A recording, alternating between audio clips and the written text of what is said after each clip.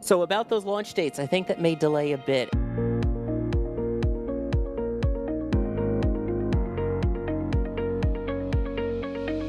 have liftoff. Propulsion continues to be nominal. R68 chamber pressure looks good. Following up. Roger, planet. Water towers fly! Tango down to nominal. Flight downside SE off. Bring in SE off. It's orange! R45! Oh my god! Oh my god!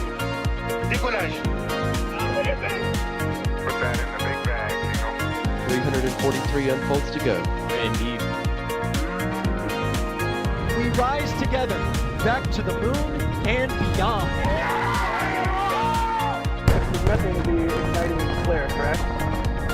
Ship 36 just blew up. Yikes. Keep that. Sure. We don't need any more of these.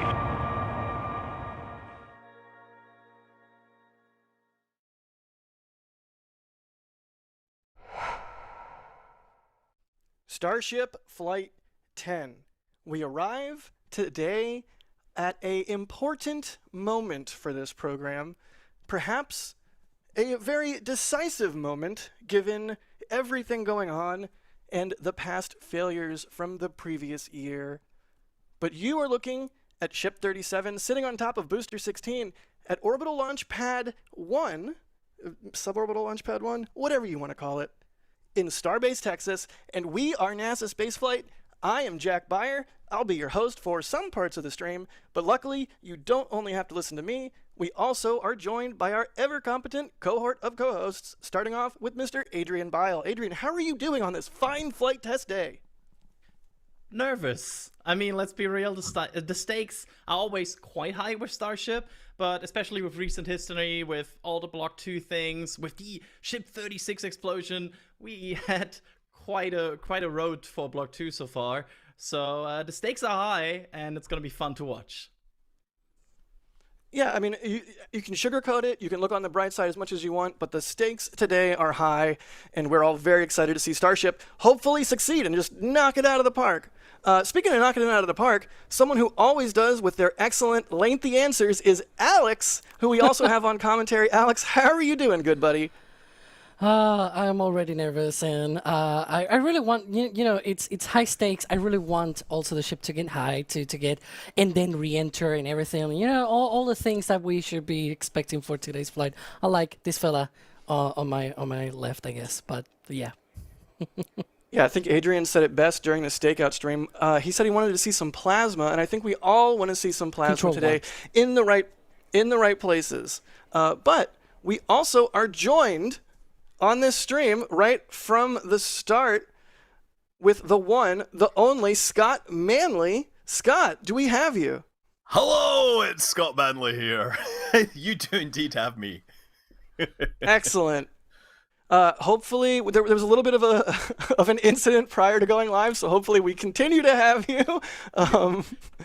I think it's drying up now. Okay, good. But yeah, thank you so much for jumping in, Scott, and joining us at the start of the stream here. We got the presentation coming up. We've got a lot to talk about. Of course, we have to talk about our expectations for today. But yeah, this is going to be a really good one. And of course, I'd be remiss if I did not give a quick shout out to the production team that is working this broadcast and the one before it. I'm talking Carson, Jay, Kevin, Pizza, a whole bunch of people working on the back end. And of course, there's a whole bunch of people here in the field. We've got Das out here. Oh God, I'm going to forget people. We've got Adam, we've got Tyler, we've got D, we've got Max, we've got we've got the Caesar, we've got the whole shebang. Roger, I'm probably going to forget people, but the point is NSF is out here and we are firing on all cylinders to bring you the very best views for launch day that we can. Oh man. And, oh yeah, last little bit of housekeeping. If you have any questions, we do like to do an interactive thing here. So if you have any questions, be sure to @NASA Spaceflight in chat, and we will see it pop up in some software we have running in the background. I have a question. My first question is, what's a better pillow for my background? Is it Lime or Escape? Because I'm here at the Margaritaville, and I'm all comfy, But I don't know. I couldn't decide what what pillow to have for my background. I feel really bad for my friends who are across the shipping canal right now because I do see a lot of rain clouds over there. But on this launch, I ended up here at the Margaritaville. So thank you to them once again for hosting us and giving us this excellent room, which literally Starship's right behind me. You kind of can't see it because webcam, but it's there. How cool is that? All right. We did housekeeping. We did intro. This is exciting. I think we'll go around the horn first and sort of discuss how we hope or expect today to go. And of course, I'm going to have to throw it to Scott first because Scott's here. Scott, what are you expecting today? Like full success, partial success? What are you calibrating your expectations wise? I mean, obviously it's not going to be a full success because they aren't recovering the booster, but that's planned, right? So, at this point, they've surely solved everything with V2, right? What with the diffuser box and whatnot. I think they're gonna get all the way through re-entry this time. I'm pretty sure, you know, that they got so close, but the one thing that messed them up was they couldn't maintain attitude. We saw that previously, that once they got, you know, in the previous flight, or there was a flight, they lost the attitude control and they burned up. And the next one, they got their attitude control and they almost had the burn through, but they survived. So I think that they're going to go all the way. And I think it's going to be exciting and awesome in all the best ways. Yeah, I hope you're right. And I'm kind of on the same page. If I had to give it a percentage, I'd say like 70-30. And a full success in this case, I would say, you know, we know the booster's not being caught. That's not an objective. So whatever the booster does, if it gives them data, I mean, success. Like maybe if the booster, okay, I don't even want to say that. Okay, there are ways where the booster could do things that it wouldn't be a full success, but you know what I mean. Adrian, what are you sort of expecting today or hoping for? I mean, hoping for and expecting, I feel like I kind of aligned on this one. I really think at SpaceX, people would be not really happy if today we didn't go to a point where we see some stable reentry. I really think they want to test this heat shield because we are now, I think, in the 4th flight in a row where they apply these heat shields experiment and are trying to get the data. And somebody at the TPS division is probably very annoyed to apply these experiments every single flight right now. And they want to get this data. The longer they don't have this, the longer they don't get all the knowledge they want here, the longer this will delay potential adjustments on Block 3 or beyond. So I think somebody really, really wants to see some stable reentry data today, and I am quite optimistic we will see it. I'm up somewhere around your expectation. I think I give it a 60% chance they make full reentry today, all the way until Raptor ignition, and I give it like 70 to 80 that they will make stable beginning of reentry. Good deal. Oh, we had a nice swoosh there. Heck yeah. Seriously, I just once again, thank you to everybody out in the field. It's been a team effort to get everything up and running, and I know the whole team is listening right now, probably as they work on things. So, y'all, everybody has been killing it on this one. So thank you so much to everybody on the NSF side. You know, we thank people for supporting, and we thank the members, and we thank a lot of people a lot of the time. But yeah, thank you everybody, Team NSF. It's been an all hands affair to get ready for Flight 10. I mean, the weather.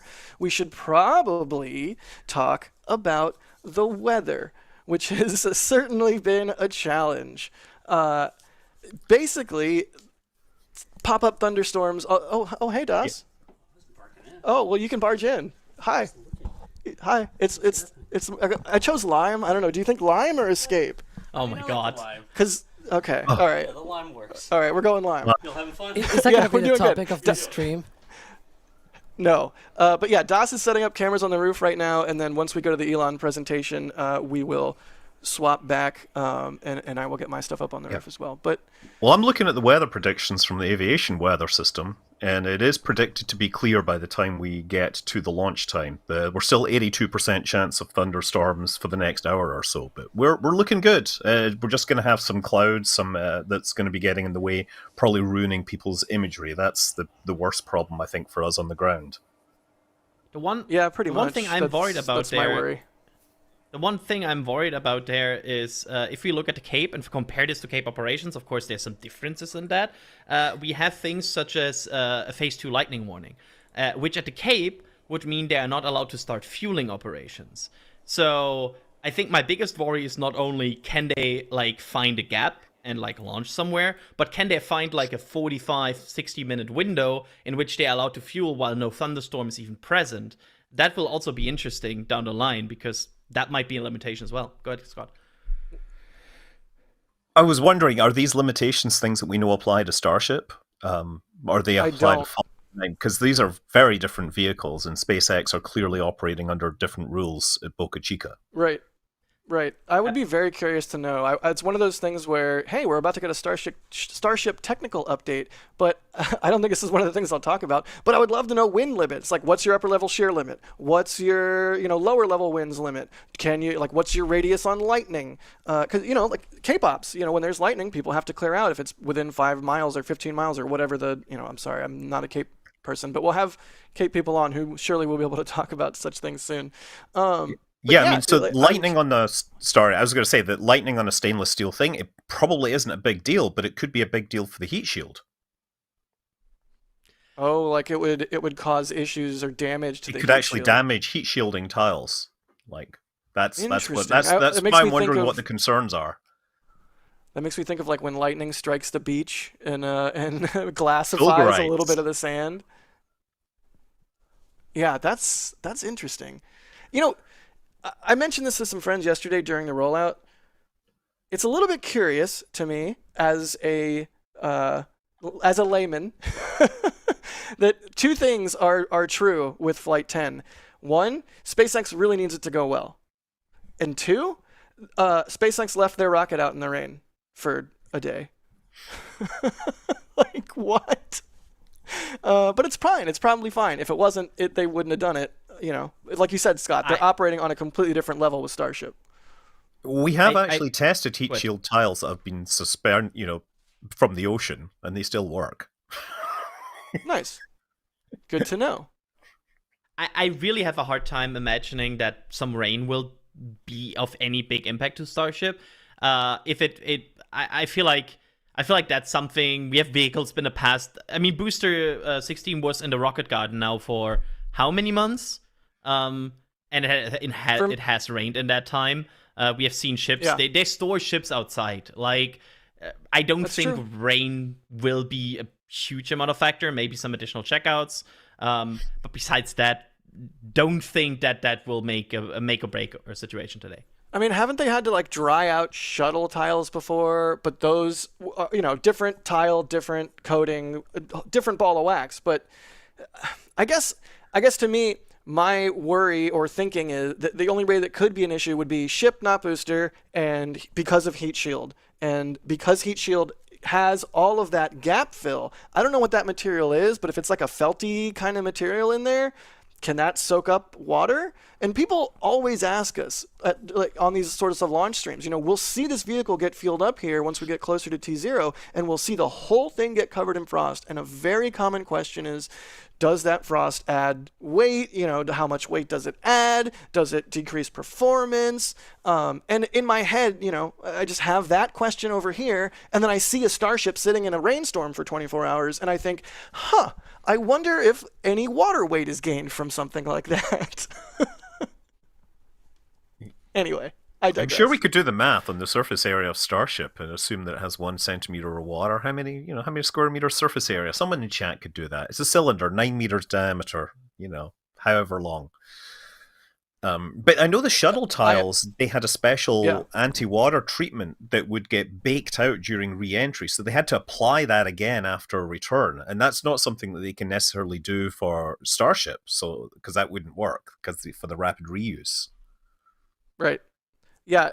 And basically, even if it's not a weight thing, maybe there's some water in a void somewhere between the material that goes between the stainless and the tile itself, that strain isolation pad or whatever it is that SpaceX calls it.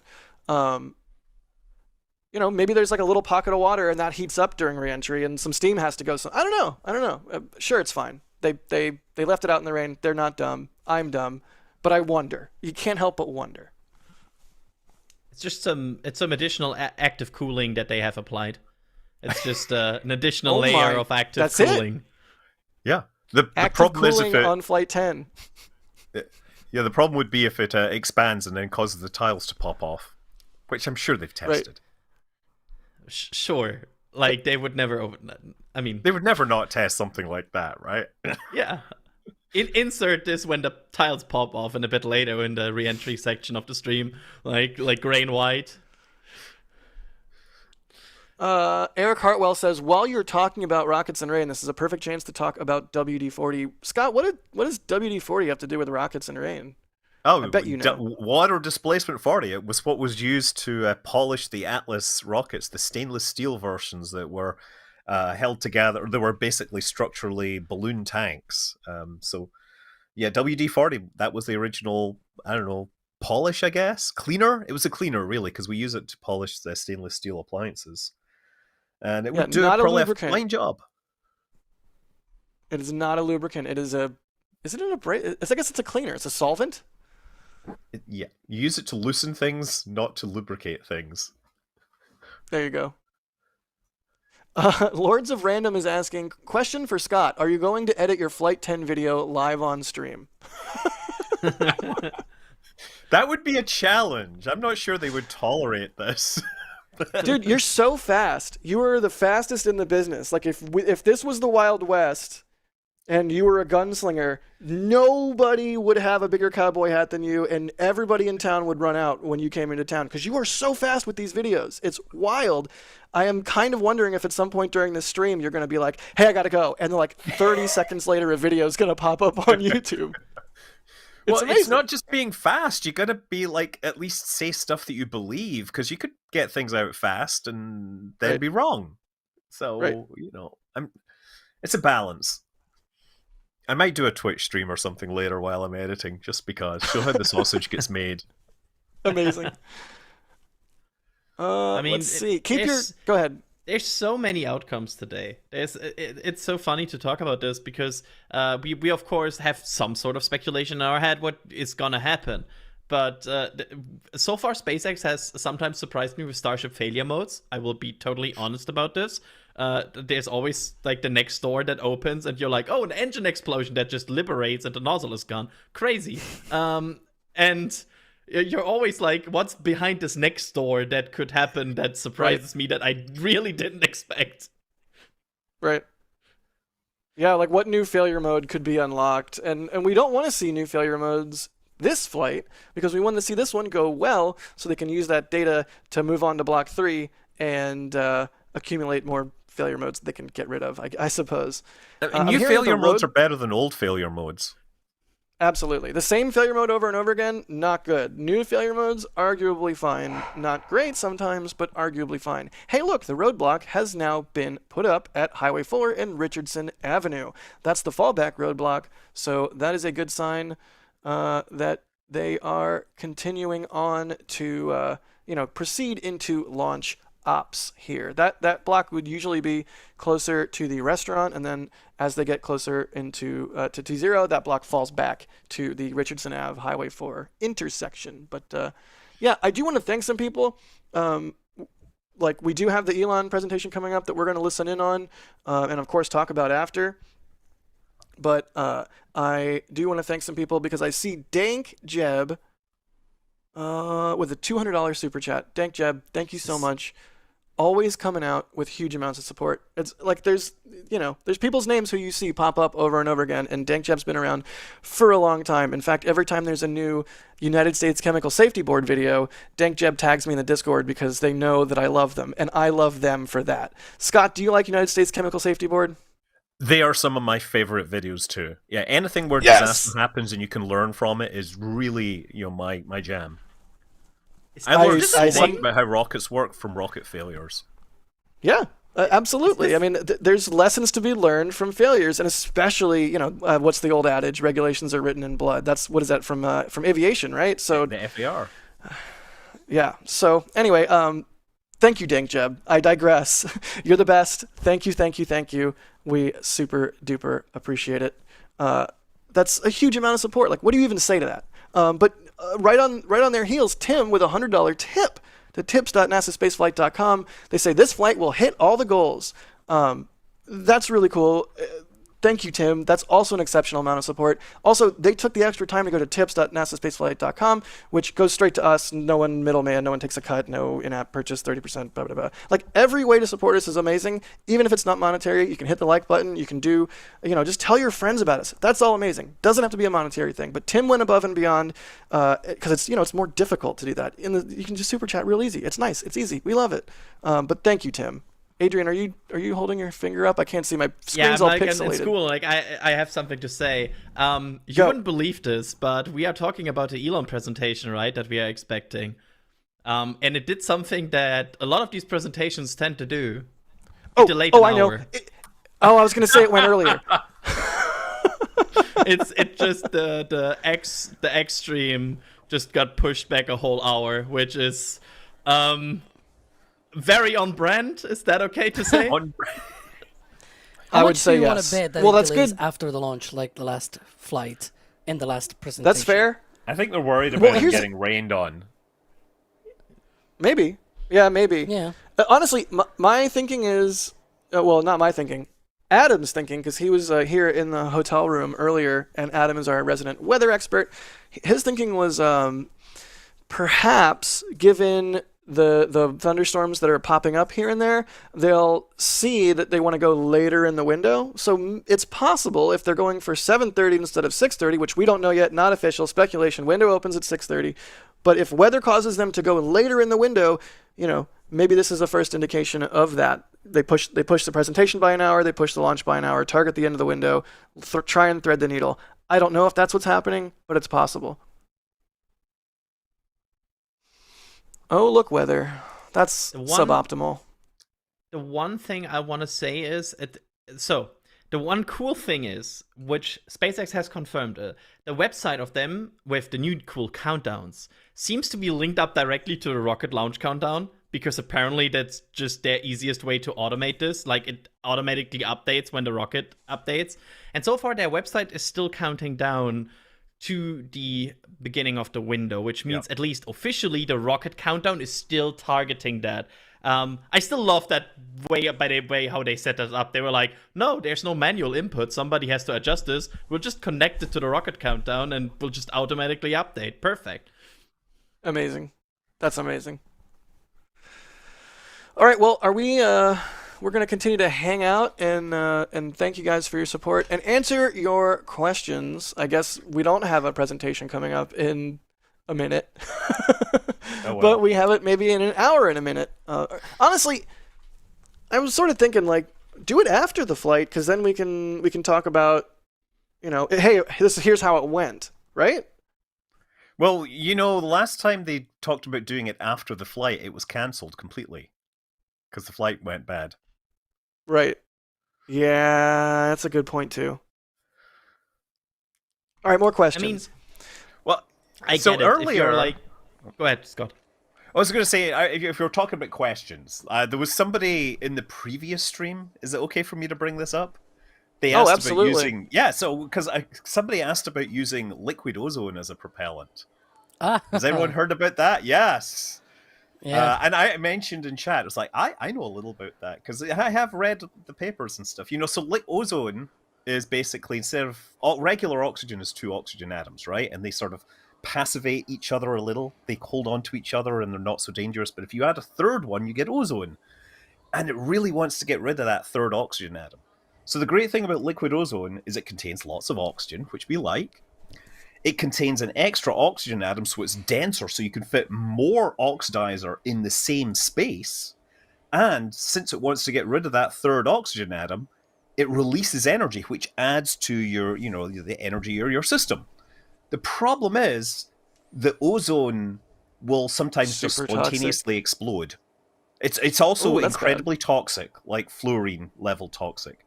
But it will spontaneously start to decompose and explode.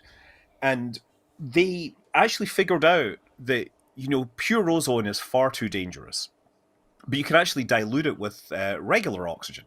And if you got the concentrations down, then it wouldn't spontaneously explode. So they were actually running rocket engines with a mixture of ozone and oxygen and kerosene or whatever. The problem was that after running the engine just fine, they would shut it down. and about 15 minutes later it would explode. And what they figured out is that the liquid ozone and the oxygen, they love to separate out into two parts, and as the boiling point of oxygen is lower than the ozone, so the oxygen would evaporate faster, leaving behind the ozone, getting it more and more concentrated until it would decide to spontaneously explode. So, yeah, ozone is one of these things that's been talked about. It makes so much sense on paper, but it also explodes with such ferocity and regularity that it can only be attributed to malice. I now imagine like an engineer like being incredibly frustrated about this because they're like, it should be perfect on paper. It would work so well. Yeah. Why don't you work? That's scary though. There's various various elements that are super reactive with water, right? Is potassium one of them? It's been a while since I've taken chemistry. Yeah, the alkali metals. Yeah, potassium, sodium, and there's. So what is it? Lithium. The tri-propellant rocket has lithium, hydrogen, and fluorine as its fuels. Right? This is the highest specific impulse chemical rocket that's ever been developed. And it's great because if you think about it, you have to store hydrogen at cryogenic temperatures. The fluorine is actually pretty good close to room temperature, but the lithium you have to keep hot so that it's liquid. And there's just this ferocious reaction, and you add the hydrogen in to cool it just a little and get better specific impulse. But it's so energetic that it actually produces like radio frequency noise that would make it hard to communicate with a rocket. That's what I've read. It's wild stuff that rocket engineers come up with. Foof is another fun one. You know what Foof is? I don't know what Foof is, but you're going to have to tell Adrian and Alex what Foof is. I'm going to jump off and get my camera up on the roof and then be back in just a few minutes. But I'm going to listen in because I want to know what Foof is. But I'll be right back. Well, you guys must know what Foof is, right? Because no. No? Alex probably knows. Well, the F, I'm going to guess it's fluorine. Yep. What do you think the O is? The oxygen. Yeah. So they've literally laid out the chemical formula. It's fluorine, oxygen, oxygen, fluorine. And so it's just like you're combining these oxidizers. And it also does kind of, well, it's another one of those things that spontaneously decomposes under the right conditions. And it will kind of make a sound that is a bit like foof in small quantities and more like bang in very large quantities. So, it's another really useful, potentially great propellant, but it's very unstable and decomposes at a rate of about, a few percent per day, even at its cryogenic temperature. So it just wants to break down. It is actually used chemically to recover, to convert plutonium into plutonium hexafluoride. So it's used in nuclear cycles. Yeah, scary stuff. There's a lot of really scary rocket concept propellants out there. I've one more, but before I go there, I want to quickly mention that we have as we call it Pope vent active. This is the beginning of the chill down of the tank farm, which means SpaceX at this point is progressing into the flow of preparing this tank farm to load propellants in a few hours from now. So yes, SpaceX is moving into it. That's the good news we want to see here. That's good signs. Yep. And just to point out about, while we talk about propellants that are like in theory working but have some issues, methane was also considered one of these that had some problems, right? Like over time. I remember, I think I wrote 2 or 3 years ago, I wrote an article for NSF about the history of why methane was not used as a propellant. And of course, there is one thing regarding the it was not just the factors with Mars didn't align yet, but there were also other kinds of issues that came up with methane, with the for example, like I think boiling point very close to liquid oxygen was a problem they ran into, and they had all kinds of issues making it working in the past while it was explored. So it was an issue in the past, and now it works. Yeah, I mean, they had ignition issues, I believe, was a thing that they took a while to sort out. Absolutely. So it's quite kind of funny about how we talk about. So maybe in 50 years from now, we talk about Starship 2 running on ozone. Who knows? But at this point, I kind of want to throw it over here to Ryan, because I think we're getting a bit of a weather update from him as he is watching the maps as always. Thanks for that full introduction as always. We're taking a look here at the radar as it stands. So this green stuff, we don't really have to worry about it too much. The thing of concern are these orange, yellow and red blobs, which we're seeing kind of kicking up and splattering about a little bit here over South Texas, the launch site, like bang on in the middle of this map here. So we're seeing a couple of dots here, a couple storms forming over Mexico. Those are moving further south, which is quite useful. But then again, we're seeing things like in this kind of region, which are forming over Brownsville, and then they're pulling towards the launch site. That's something we don't want to see. So this is one thing we're keeping an eye on. This is a loop of the previous 2 hours of weather up to the current point, and this is what we're seeing. So over the last couple of hours, a couple of storms popped up, a couple of rain showers over Brownsville. They tracked towards the launch site. You saw on our cameras, everyone was getting absolutely drenched over the last couple of hours. That has since kind of spluttered out as it's gotten towards the Gulf there. So those two things are no longer of concern, but of course we'll be keeping an eye over the next couple of hours as we count towards T0 to see if any more storms pop up. There's also some stuff happening to the north as well. If we move to the cloud map, we can also see the visibility conditions across the Gulf are not fantastic. There's this huge band of clouds over the Gulf at the moment, a little bit of stuff coming up from Mexico, but over the launch site itself, it's looking sort of clear for now.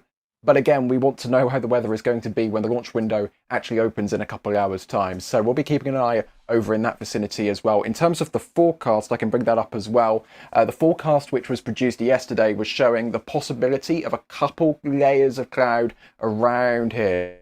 That's just the kind of thing we'll be keeping an eye out here for. In terms of launching, that might not impact the launch too much, but in terms of our stream, us actually being able to show you the rocket doing things, that is when the clouds will begin to, become a problem, because it'll simply just be a matter of visibility. We obviously want to watch the rocket launch. If there's clouds in the way, that makes it kind of difficult. So those are the things that we're keeping an eye on for the time. As it stands, I mean, you can see on the cameras, it's like partly cloudy, weather looks pretty nice, but it's that forecast as we track towards T0, which is going to be a little bit more problematic. The last information from SpaceX, 45% go. There we go. Thanks for that weather report, Ryan. Before we go back into conversations, I want to quickly throw it to Alex for one question. So in theory, if they just went some cars to the pad, just like a few minutes ago, how bad would that be?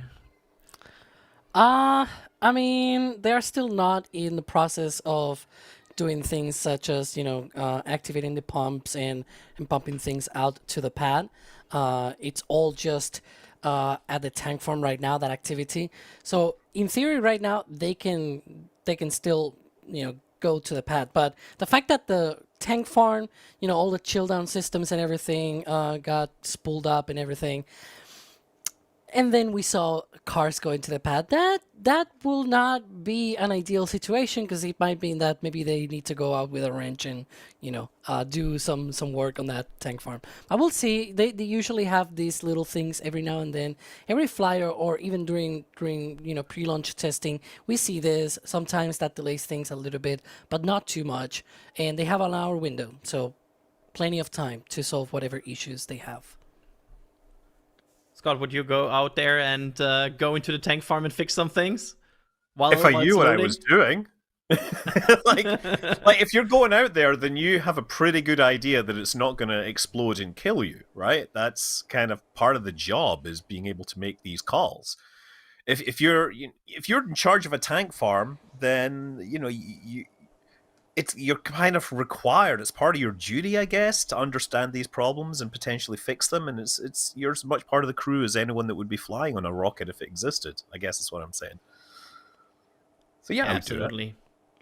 I mean, we had all kinds of crazy red team maneuvers in the last big rocket launches.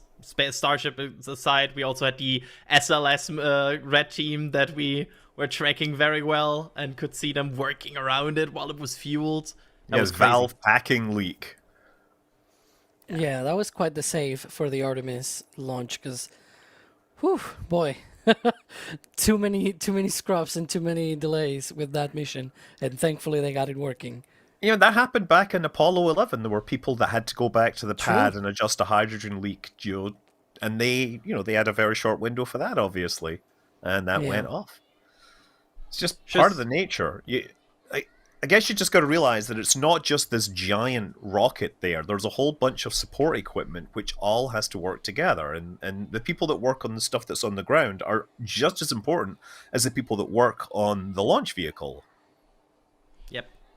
Absolutely. It's not just the mission director that conducts the final mission, it's all the steps before that need to work. And it's also, I feel like always when people characterize a rocket as a machine, it's always kind of a bit misleading, because it's more like a combination or a symphony of many, many, many different machines that just work in perfect harmony to create a rocket launch.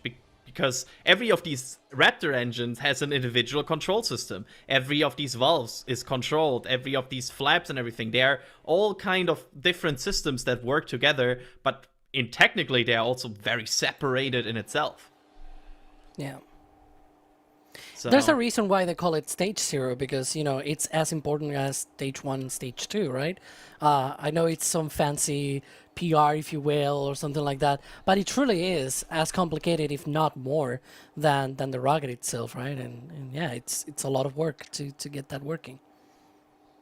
We're getting a lot of questions here, Scott, about the production of these propellants, and of course that is also a factor when you choose propellants for your rocket, like what is even available, and can they even produce it in the future? And we have all kinds of talk heard about, will they produce their methane? Will they produce their own liquid oxygen? What do you make all of that? What do you think in the end we will see a giant power plant, chemical plant next to every Starship launch pad? Well, if they're going to go to Mars, they're going to have to produce the propellants on Mars, and they might as well figure out how to produce the propellants at Boca Chica. I mean, right now it's kind of isolated if you think about it. If you can't produce propellants there, you're not going to be able to produce them on Mars. But yeah, like oxygen is pretty easy on Earth. You just need power, and you run basically a refrigeration cycle. You've got this. It's like dual cooling, where you basically spray it through a pressure difference, and as it expands, it cools down, and you create liquefied oxygen using that. And with methane, you use the Sabatier process as the most obvious one if you want to manufacture it, where you start out with hydrogen, oxygen, carbon. It's typically water it's typically carbon dioxide and hydrogen, and you heat these things up, and you get methane and water out, right? So this is a process that's pretty well understood. It's kind of energy intense, and you kind of need a lot more energy into it than you would than it actually comes out of it, because it's like a chemical process that runs sort of stochastically with catalysts and stuff. There are companies that want to be making natural gas on Earth as part of this. They want to pioneer these processes and verify that they work. I think Terraform Industries in LA, I think, is doing this. So, it's one of these things that we're going to have to solve, and I would like to see them showing that they can do this at Starbase before they even talking about sending humans to Mars, to be honest. Yeah, I mean, we had this one gas separation unit there that they tinkered with, it seems like, for a long period of time, and then decommissioned it. It was just one day, it was just gone. So it seems like they're experimenting with it. They're like thinking about it, but as you said, it's like an energy intensive. It's not that easy to solve. So I feel like they are. At some point, they have to do it, but right now, they probably just be like, okay, as long as we are just doing one launch every 2 months, let's just use tankers. It's just easier for the process. Could you imagine how many tankers they would have to be driving through for like one launch a day? That will be a lot. There was a stat about that in the environmental assessment for, I think it was 37. For 39A. Oh, 39A. 37, yeah. Yeah, but both of them had them. There was like a statistic of like, hey, we want to do 70 launches a year, and that means 50,000 tankers. And it's like, okay, that's like one tanker every hour for a year, like constantly. And then you're like, you realize the scale of these operations that are in there. That's crazy, absolutely crazy. like the amount of power that would be needed to refuel this is kind of ridiculous. I haven't done the math, but I know you'd be talking about, like, if you put several square kilometers of solar cells like out on the Gulf, you could generate enough power to launch Starship once a day through, Sabatier process and manufacturing basically the propellants using that. So if you wanted more than one launch a day, it's one of these things that just requires huge amounts of energy, partly because it's so big. Yeah, one of the benefits that they have here on Earth that they don't have on Mars, though, is, I mean, technically they could capture oxygen from the atmosphere of Mars, but here it's a lot easier, right? And by could, I mean, taking the CO2 and trying to split it or something like that. I guess there's probably a process out there to do that, but what I'm trying to get to... There's a process tested on Mars. Exactly, and yeah, with Perseverance, with Moxie, and the thing is that at least in large scale ways of getting the oxygen and everything, they will probably need to mine water and things like that, right? On the other hand, on Mars they only need to fill the ship because it's a lot smaller, and they also have more time to fill it up. Yeah, one launch a year or whatever. Yep. Yeah, I don't know if I've ever done the math on, like, if you filled a Starship with solar cells, would it have enough area to, like, refill the Starship in a year, for example? Oh, that's an interesting. Yeah, like, right, how many starships do you need to create to have a self-sufficient Starship production? Right. Yeah. And if you can't acquire water, if you're not sure that you can get water when you get to Mars in enough quantities, what you can do is ship up just hydrogen. You can send the hydrogen there, and that solves the other half of the process is getting carbon dioxide from the atmosphere. So you're sorted there. I know you two are way more way better with chemical and these kind of topics. So I'm asking, how much of the mass of do you save if you just need the hydrogen and basically have the carbon there? I mean, basically, God, I'm doing the math in my head, right? Because carbon is 14. Carbon is 12, right? And you have 4 hydrogens around it. Yeah. That's a mass of 6. So you're basically 1/4 of the mass. Oh. I mean, and you've got about and then the oxygen is free basically in that situation if because you're getting it from the air. So basically take your fuel mass and divide it by 4. That's how much hydrogen you would need to ship up. That's nice. I can do that right now. That's way less. Oh, I see. I saw the calculator being moved. While you do that, that would I be also 81 want to bring tons. There we go. That was fast. While you do that, I kind of have to bring something up here as well, because we also have to pay our bills. Because you can imagine all of this is very expensive. We have over 20 people working on a launch like this and all the cameras. So I want to bring our shop and specifically our metal prints for our photographers. We have 2 new ones. We have this one from Tyler from yesterday, which is an insane shot of engines. I mean, that's just ridiculously lovely from the lift. You can get it on both an aluminum print or a paper print. And the good thing is, if you buy one of our prints, the photographer also gets a cut off that purchase, so they can invest, and that's what photographers do. Invest that into new gear. Let's be real. That's what they do. Also, a poster Ryan Caton made for this launch of Rising from the Ashes, which I think is very cool. Completely based on footage NSF captured. So really, really cool poster from Ryan here that you can also get in the store. So it's 2 options here on the print side. And then I want to quickly also talk about our patch. Our patch, of course, for Flight 10, which we are having on t-shirts, on mugs, on all kinds. And of course, it's also as a patch that you can buy yourself and put it on all kinds of things you want to do. I kind of want to quickly add a disclaimer here, because we are having some issues with international orders, not US orders, only international orders. Before this, as background, we have changed our warehouse provider because our previous warehouse shut it down, and we tested the new warehouse, and then we noticed, now that we put the patches up, that the international shipping price is way higher than we thought. We want to ensure that this will be fixed in the future. We are genuinely shocked, and I want to apologize for that, because that's not the shipping price we targeted. but this is the shipping price right now we have for international orders. We are working on a solution in the future, but I cannot tell you when exactly it will be. But yeah, it's a thing that we are continue to work on. That is only affecting international orders of these patches. I want to be completely clear about this. This is not affecting the t-shirts, the mugs, everything else. That is all fine. It is just international orders of patches, so don't be shocked if you see rising shipping prices there. Sorry, I had to do that here. Scott, we have to pay the bills here, so I have to quickly mention that from time to time. I'm going to have to figure out how to pay the bills since I quit my day job. Oh yeah, I saw that. So much free time now, or is it the opposite? I don't know why I seem to have even less time now that I don't have a day job. I don't know what's going on.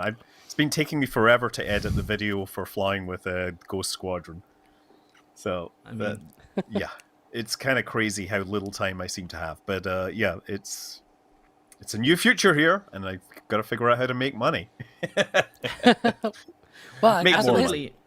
at least we'll enjoy more of your videos. I hope forward. so. Yeah. I mean, I want to quickly, like, I'm sure everybody in our channel knows your channel. Like, I'm sure I will not surprise a lot of people here. But, of course, Scott, do you mind to give us a quick elevator pitch? What are you doing on your channel? And our mods will link it in our chat. Yeah, I'm just talking about space flight, aerospace, maybe a bit of nuclear. I'm just like a massive nerd, and I don't have like a fancy name. I'm just like, it's my real name, just Scott Manley, right? I had no imagination. I just started talking about video games, and I got famous for Kerbal, and then that, just like DOS, and this turned into like talking about rockets. And I think I have a background in physics and astronomy and stuff, so I like to go really deep and answer all the questions. And sometimes, you know, you find little questions that turn into very big answers. So yeah, just check it out. You'll sometimes see some aviation, sometimes see some rockets. Yeah. And absolutely, also joining us here today, amazing. Scott, we see a helicopter there for the range. Kind of up your alley, probably, although I think you prefer planes, right? Yeah, helicopters only fly because they're so ugly the ground repels them. Oh, I know. Helicopters. Helicopters are amazing and they You're are not terrifying. wrong. I want to learn how to fly them. But yeah, this just looks like a range control thing. So, and so whatever 7AC, I've actually been watching the plane tracking and it's not showing on this, so I maybe need to switch to a different one. But it looks like they're just refueling at the road. So I guess they have a refueling station they set up near the launch site so they can get out and patrol the range. They have a number of TFRs already active, right? So they exclude air traffic from a lot of the airspace already, and drone traffic too. Like, you're not even allowed to fly drones over South Padre Island anymore, correct? Yeah, it's heavily restricted. They are always changing as well. Like, sometimes it feels like they see something where something was still open and they're like, oh, nope, that goes away. But yeah, it's heavily restricted, and it's heavily reduced in terms of what you're allowed to do there in terms of drone flying and everything. And yes, they set up this helicopter a few hours before launch usually. Helicopter base, yeah. Yep. And Yeah, then I can see there's a beach mobile for base. King Air as well, flying around doing range patrol. I'm not sure what else. Yeah, a couple of small jets just flying through the airspace. But the usual one that I used to see was that twin turbo. I can't remember what you call it. But yeah, there's a. And I want since you're a pilot as well. Like, I want to pick your brain about flying here. Every pilot that ever flies through an airspace right now needs to be informed about these TFR in the area. It needs to be reachable via any sort of communication, right? Yeah, I mean, you're supposed to do your research beforehand, and if you fly into the airspace and you can get a nasty letter. What'll happen is the next time you talk to air traffic control, if you didn't notice, they will say, possible pilot deviation. I have a phone number for you to copy.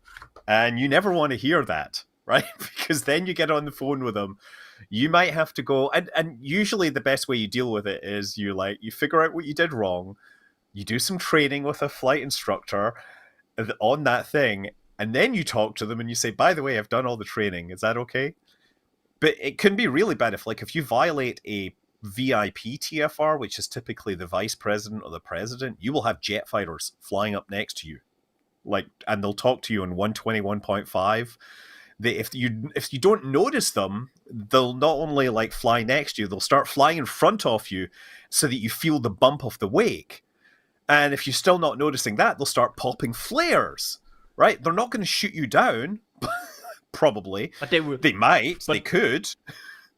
But they will do everything before shooting you down, basically. They try to not shoot you down, but they will shoot you down. Yeah, it's.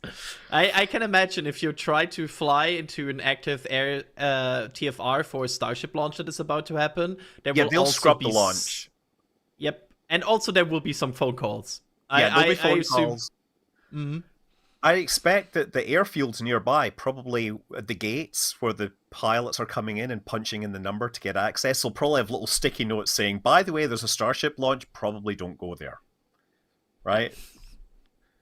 I think we had there was one time where a canoe or something, a very tiny boat, was in the range for one of the early Starship flights, which was inside of the Notmar. Which of course, they probably didn't check. They were oh, let's do a nice beach tour and paddle with our canoe. Yeah. It's really the onus is on the pilots to look up these things, and there's tools that make it easy, but the old system, the NOTAM system, is horribly antiquated, frequently broken, and really cryptic. Right, it's good that we have tools that kind of make these things more readable. They'll actually plot them on a map for us, because I can't read a series of coordinates and convert it into it in any way that my attention will ever tolerate. I'll just... Yeah. Whenever we see these scheduled TFRs for Starship, and of course we watch them for launch information, and they just appear as these giant list of numbers, I'm okay, where's the map that somebody made out of this so I can understand what I'm actually looking at? Yeah, I know how to convert them in theory. In practice, I've never had to do this. Someone else has it done.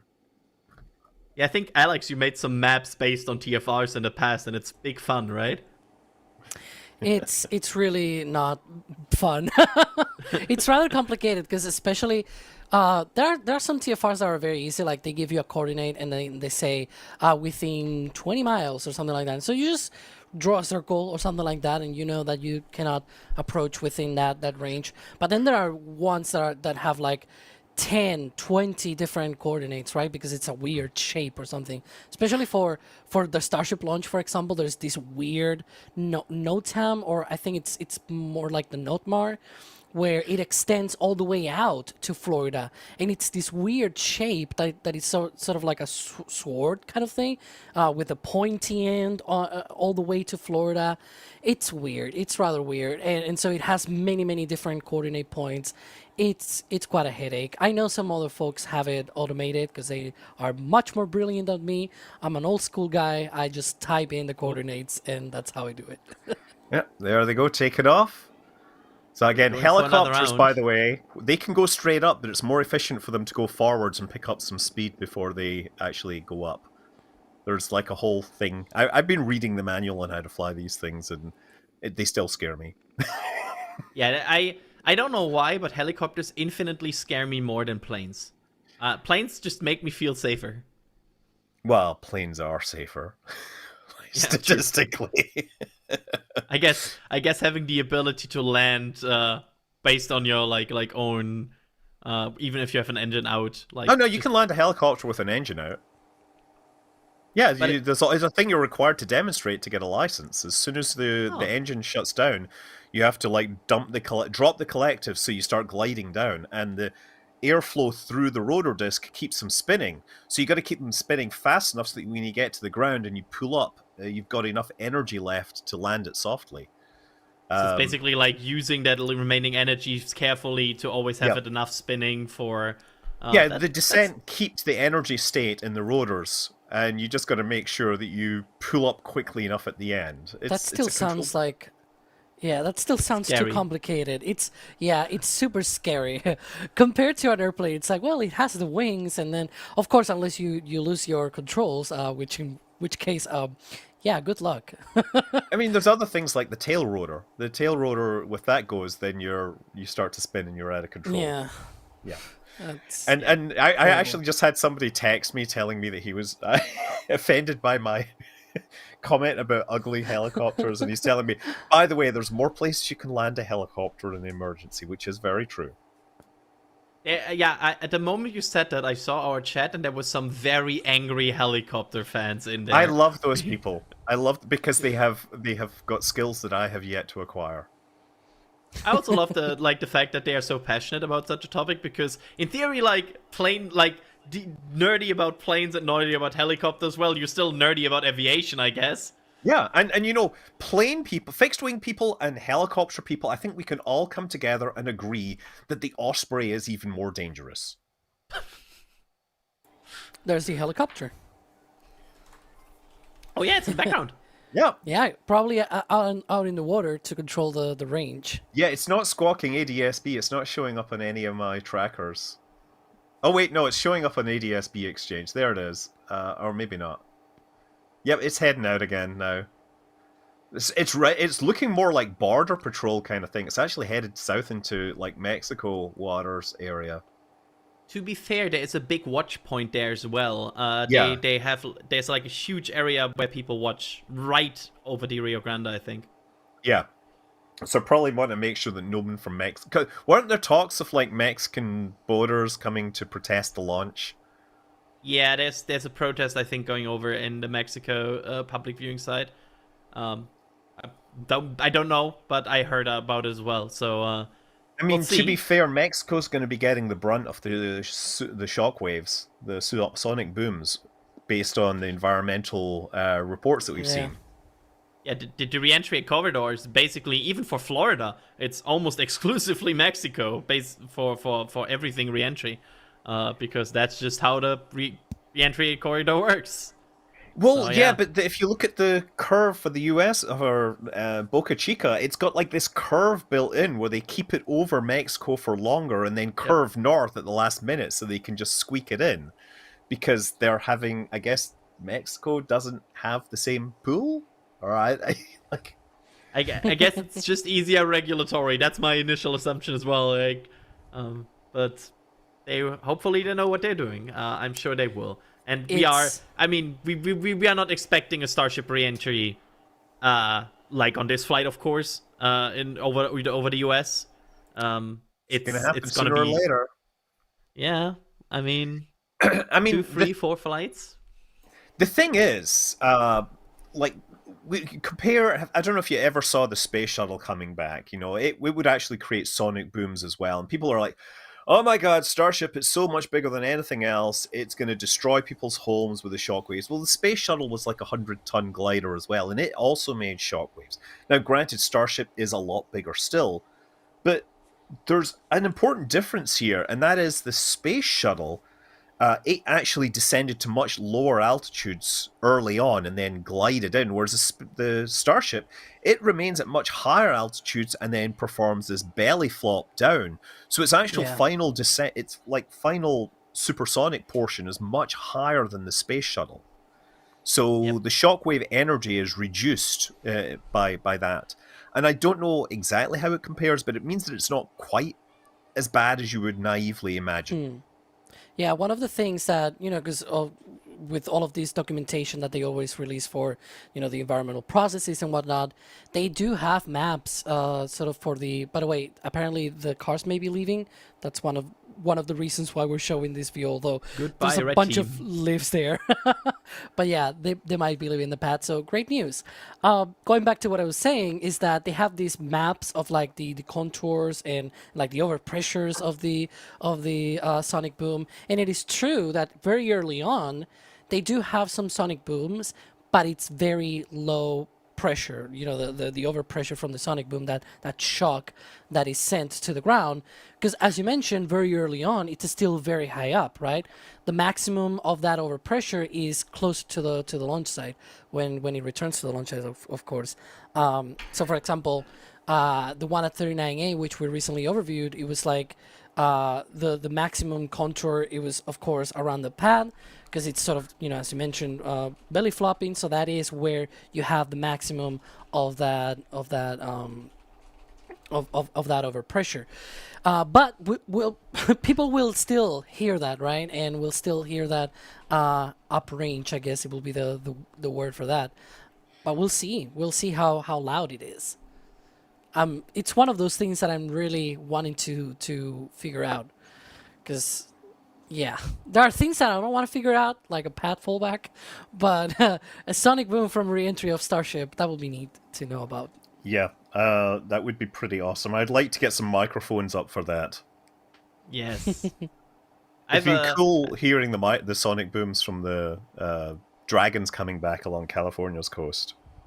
I think we at some point had somebody from our team like capturing at least part of it. When like I think it was the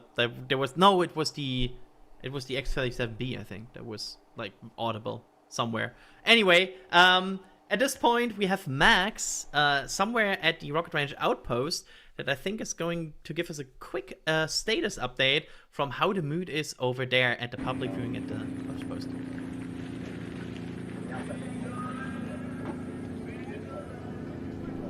Alrighty, good afternoon everybody, and welcome to Tarpon Haven Road, just west of the SpaceX production site here in Starbase, Texas. We are currently at the Rocket Ranch outpost, and we are super thankful for them to be able to have us for this occasion like they have on previous attempts. We are currently stationed about 3.5 miles from the launch complex, and if you'll excuse some cars coming by, it's all good, come through. Active roadway, forgive us. About 3.5 miles away from the launch site, if you can hear me over the noise and the wind noise. How's it going, guys? How's the fans? And this is basically a front row seat to what the public can come experience for a Starship launch, which is one of the most magnificent experiences really anyone can have, but of course I'm biased. Booster 16 and Ship 37 are over there. Pope vent is going. Tank farm is active, so everything is looking to be proceeding as we would hope it would. Weather critically is clearing up really nice. I'm not sure if Dee can pan the camera around, but we've got lots of blue sky and lots of high altitude clouds right now, which is what we want to see. It is a little bit breezy, but Starship is not afraid of a little breeze, and it is certainly not getting in the way so far of launch operations. SpaceX is continuing to count down. I believe we are about an hour, a little under an hour now. Yeah, my watch is not right. We're getting close, folks. Everyone's waking up. Hardware's waking up, and again, we are here at the Rocket Ranch outpost. It is one of the most spectacular places to watch a Starship launch, and there is a code whenever you want to go get your own tickets to come watch here. Code NSF50 for your own discount on your own tickets. Trust me, they're worth it. I've been here for every flight since Flight 6, and it is an absolutely just rattling experience every single time. Front row seat, especially with these afternoon launch windows and the sun being behind you. Magnificent views, and as you can see, there's nothing to obscure our view to the launch pad about 3.5 miles away. The public, I believe, is all here now. The last busload should have come in. I think Gomi was the one driving them in. I believe our Riverside is just down the road here. Everyone still looking good over there. What more can I say, man? It's Starship launch day, and honestly, it's progressing way better than I thought it was going to, because the weather was supposed to be absolutely just pants for most of the day, and so far weather's looking really, really, really good. So getting a little bit more hopeful now, trying not to get expectations set too high, but the air is starting to buzz around here as it always does. Excuse me, getting too excited around the Starship launch day. So fingers crossed everything goes as planned, and of course they have that 1 hour launch window to work with should they need it, although we have not heard of any technical gremlins that they are working. So everything looks to be proceeding on time, and we are crossing our fingers that continues. So I'm going to throw it back to you guys in the studio, talking to Scott Manley. Hi, Scott. Big fan. Hello. And I will talk to you guys again a bit later. Thank you so much, Max, for that quick check-in. I mean, I'm getting more optimistic about the weather. It looks good. It looks good. So Yeah, I mean, maybe we get a launch today. Maybe the 45 is at this point updated. It feels more than 45% for me. I'm feeling good. And Yeah. Scott, Starship has a remarkable track record about launching like on the first or second attempt, for the fact that it's the biggest rocket ever created. That they just casually launched this regularly without any issues is kind of a statement to SpaceX how they understand this tank farm, right? Well, I mean, once you're going to start that tank farm up, it's like so long to reset it. So they really dot their I's and cross their T's before they even get to this point, typically. That, I think, is a big part of why they launch so reliably when they tell us. But yeah, I think it does have quite a... I think I've seen a couple of scrubs, but generally more actual flights on time, or at least within the window. Absolutely. So it's gonna be interesting if they will improve their track record today again and launch on the first and improve the average, let's say it like that, or if we will see a second launch. Oh, I see the tank. Alex, what's going on there with the tank farm? The tank farm is coming alive, as we hope to see at this time. Of course, if everything is on track, this should be the norm.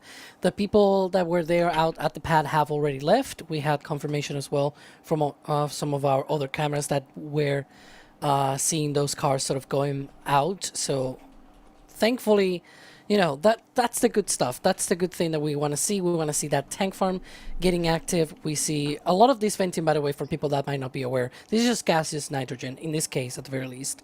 There will be some other vents that will be gaseous oxygen, but this one in particular is gaseous nitrogen, part of the chill down of the tank farm, and getting ready those subcoolers that will be subcooling, I guess, with that redundancy there, to go with the liquid oxygen and liquid methane from boiling point down to even colder temperatures, so that they can pack more of it in the same volume.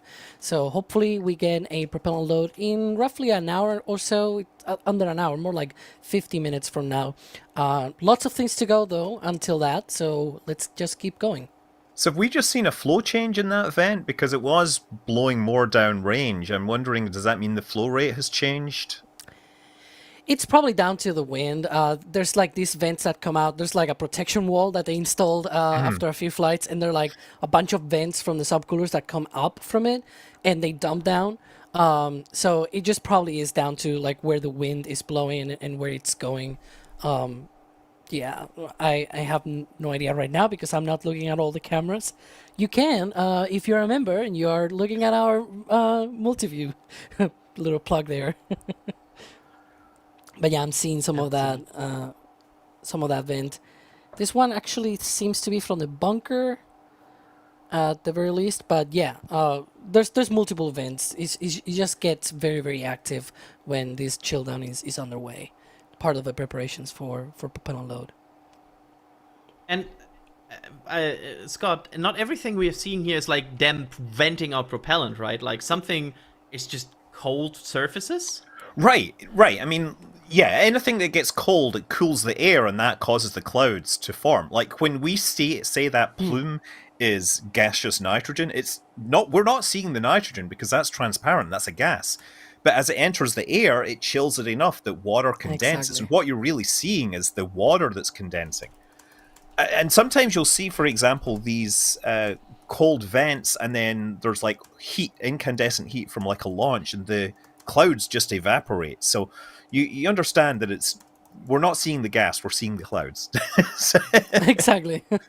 And yeah, you'll get clouds forming on the sides, and they'll sink down. You see these layers that are very close to the surface, and it's just the air is being chilled sufficiently to form clouds. It's basically a rocket-associated fog, which is someone should come up with a name for that. Rocket fog, right?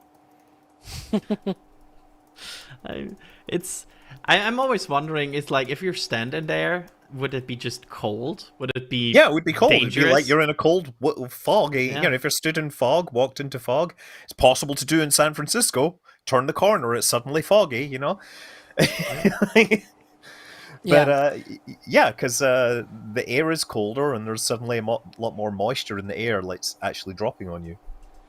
And one of the things that we'll see later, because I was mentioning before, this is caused by the nitrogen that they're venting out from the tank farm, that bunker, cryogenics bunker. But later on, they're going to be passing all of that propellant from the ground tanks out to the launch mount and the launch tower. And, the methane, as you all might be aware, it's not great to vent it out for two reasons. The first one is it's because it's flammable and it's a risk to vent that out, but also because it's a high pollutant. That's the other reason why. And so what they do is they have this reclaimer line that sort of goes around the launch mount. They have another one as well on the tower that comes back down, and then everything gets turned back to the launch tank farm. But for the auction, they vent that out because it's cheap, it's in the air, it's already there, right? So you don't need to really reclaim it. It will actually take more work to do that kind of stuff. And so we're going to see that OLM vent, as we call it, that launch mount vent and the launch tower vent coming up as soon as they start the chill down of those lines to the pad. We see some of the people there at Outpost. That's Rocket Ranch or the Outpost? What's that? Yeah, I think that's the Rocket Ranch. Okay. I keep but on getting invites, so I'll hear about it as sort of like this mythical Valhalla or something I need to be at, and have yet to have a chance to go. Do you plan now with your new gate not so much free time to go to a Starship launch? Oh, definitely. This one was almost perfectly lined up, except not quite perfect. But my plan is, what I want to do is get parabolic reflectors and try to reflect the shockwave onto like a glass and shatter it. Right? Do a sight. Yeah? Yeah. That would be cool. Right, That would be cool. Yes. I guess we need a booster recovery to do that.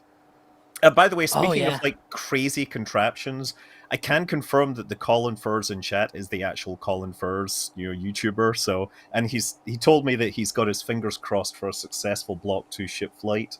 No fireworks over the Caribbean.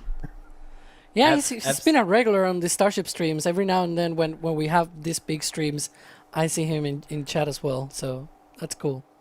Yeah, he's probably watching from his bunker. It's harder to build a bunker at Boca Chica, though. The water table's a little close to the surface.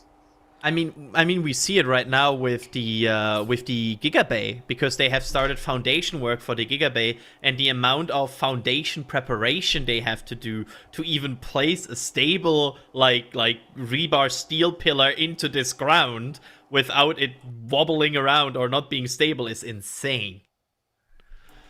Yeah, I remember when they signed this deal to put Falcon launches back down there. There were all these civil engineers that were saying this is ridiculous. You can't build a launch site there. It requires too much work. But you know what? It just happens to be in probably the best place they can put it on that coast. So you just have to handle the logistics, the technical problems that come with it. We build bridges over water. We can solve these problems. If you can build a bridge to space, you get a good enough foundation. As a person that lives 30 minutes away from the Netherlands, I can tell you people can very much build in very wetland foundation, quite insane things. So yeah, that's there are people that have that solved, and I wouldn't be surprised if there's somewhere in Boca is a Netherlands civil engineer or something that has all kinds of experience in working in wetlands that just came over. So that would not surprise me. There we see the chopsticks open. Of course, kinda not the star for today's show with no catch being planned, but I don't know. I don't feel super sad about this because we have so much excitement on the ship that time. So, yes, a catch would, of course, be cool. But I get it. If you throw away boosters for envelope expansion, you should probably do it now. So, yeah. Oh, yeah. Let's talk a bit about this envelope expansion, Alex, because it's, of course, something that SpaceX has talked about. But what do they actually mean? What do they test with this booster today? Yeah, so there are at least two things. One of them, they want to repeat it, and the other one, they actually want to get it right. The first one is that directional flip, as they call it, or deterministic flip, which is essentially, during hot staging, up until Flight 9, they had... these vents, right, that allow the thrust from the exhaust from the engines to sort of go out, right, and be vented. But the way that the booster was flipping, we thought at one point that it was, oh, they're trying new ways of flipping it. And no, it was completely just by random chance due to the little thrust imbalances from the ship engines hitting the hot staging ring and everything. So what they did is for Flight 9, they closed out one of the vents that, like, it's partially closed on one side. In this case, it will be the side facing the tower. And what that'll do during flight is the booster will be flipping up during ascent, during hot staging. So, excuse me, it'll get separated and it'll flip up, and that'll give it a push in the right direction. Because if you know where you're going to be going, and then you don't need to reserve for any sort of eventuality. Oh, I don't know where it's going to go, right? That non-deterministic flip, if you will, that random flip that they did before. You needed to save a little bit of propellant, because if you're going in the wrong direction or something like that, you need to compensate. So that's why they needed some extra propellant. Now they don't need to do that. So Booster 16 will be trying to repeat that. They did that successfully on Flight 9. They're going to try that again on Flight 10. But the important thing will be that landing burn. So on Flight 9, the problem was that they tried a high angle of attack re-entry. And the problem with that is that inside of the Super Heavy, there's this long tube that transfers the methane from the methane tank down to the engines. And it's long and it's thin, and during re-entry, you have all of these forces attacking the structure of the vehicle, right? And so what happened is that at the time of landing burn, so it survived the re-entry, but the tube itself did not. And when it was time to relight these engines for the landing burn, it sort of broke apart. Let's put it that way. It exploded, essentially, right? And what's going to happen now is they will not try to go that hard with the booster reentry. We don't know explicitly if they're still going to do a higher angle of attack than usual, but still lower than on Flight 9. That was not super explicit, right? But we do know it's going to be lower, at the very least, than on Flight 9. And so for the landing burn, they're going to simulate an off-nominal scenario where they lose one of the center engines. So they relight 13 engines, as usual, for a landing burn, but then one of the center 3 engines will be disabled. And then after that, what they're going to do is...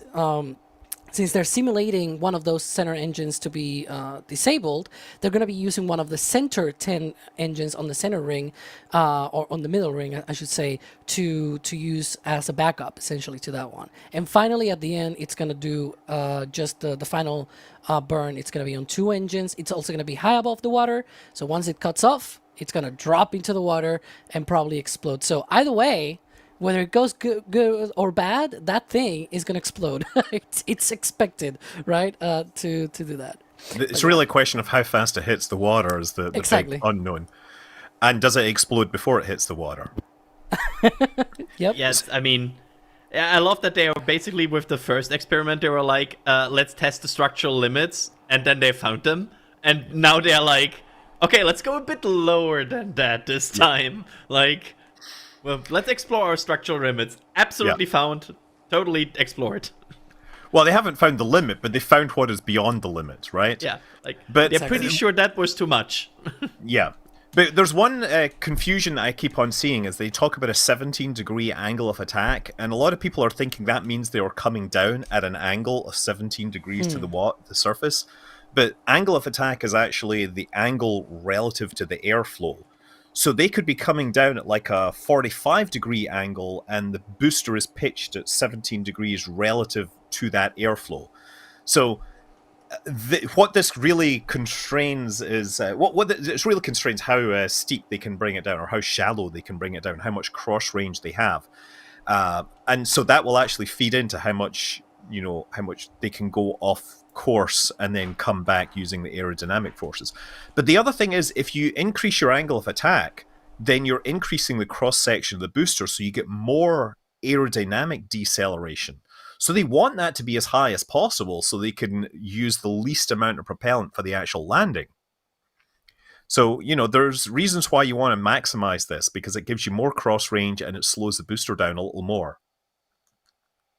Absolutely. Like, I love that they're testing this now, because this will, of course, give them some margin understanding to how much cross range they have for future booster reuse. And with the cross range, well, you need to maybe do a bit of less of landing burn, like boost back burn. If you want to go back somewhere, you can adjust a bit better. You can save some propellant. All kinds of optimization that SpaceX has ahead of them. But I love that it still says ship landing burn, but it's very much past the ship landing burn words there in the graphic, and it was already like burning in the water.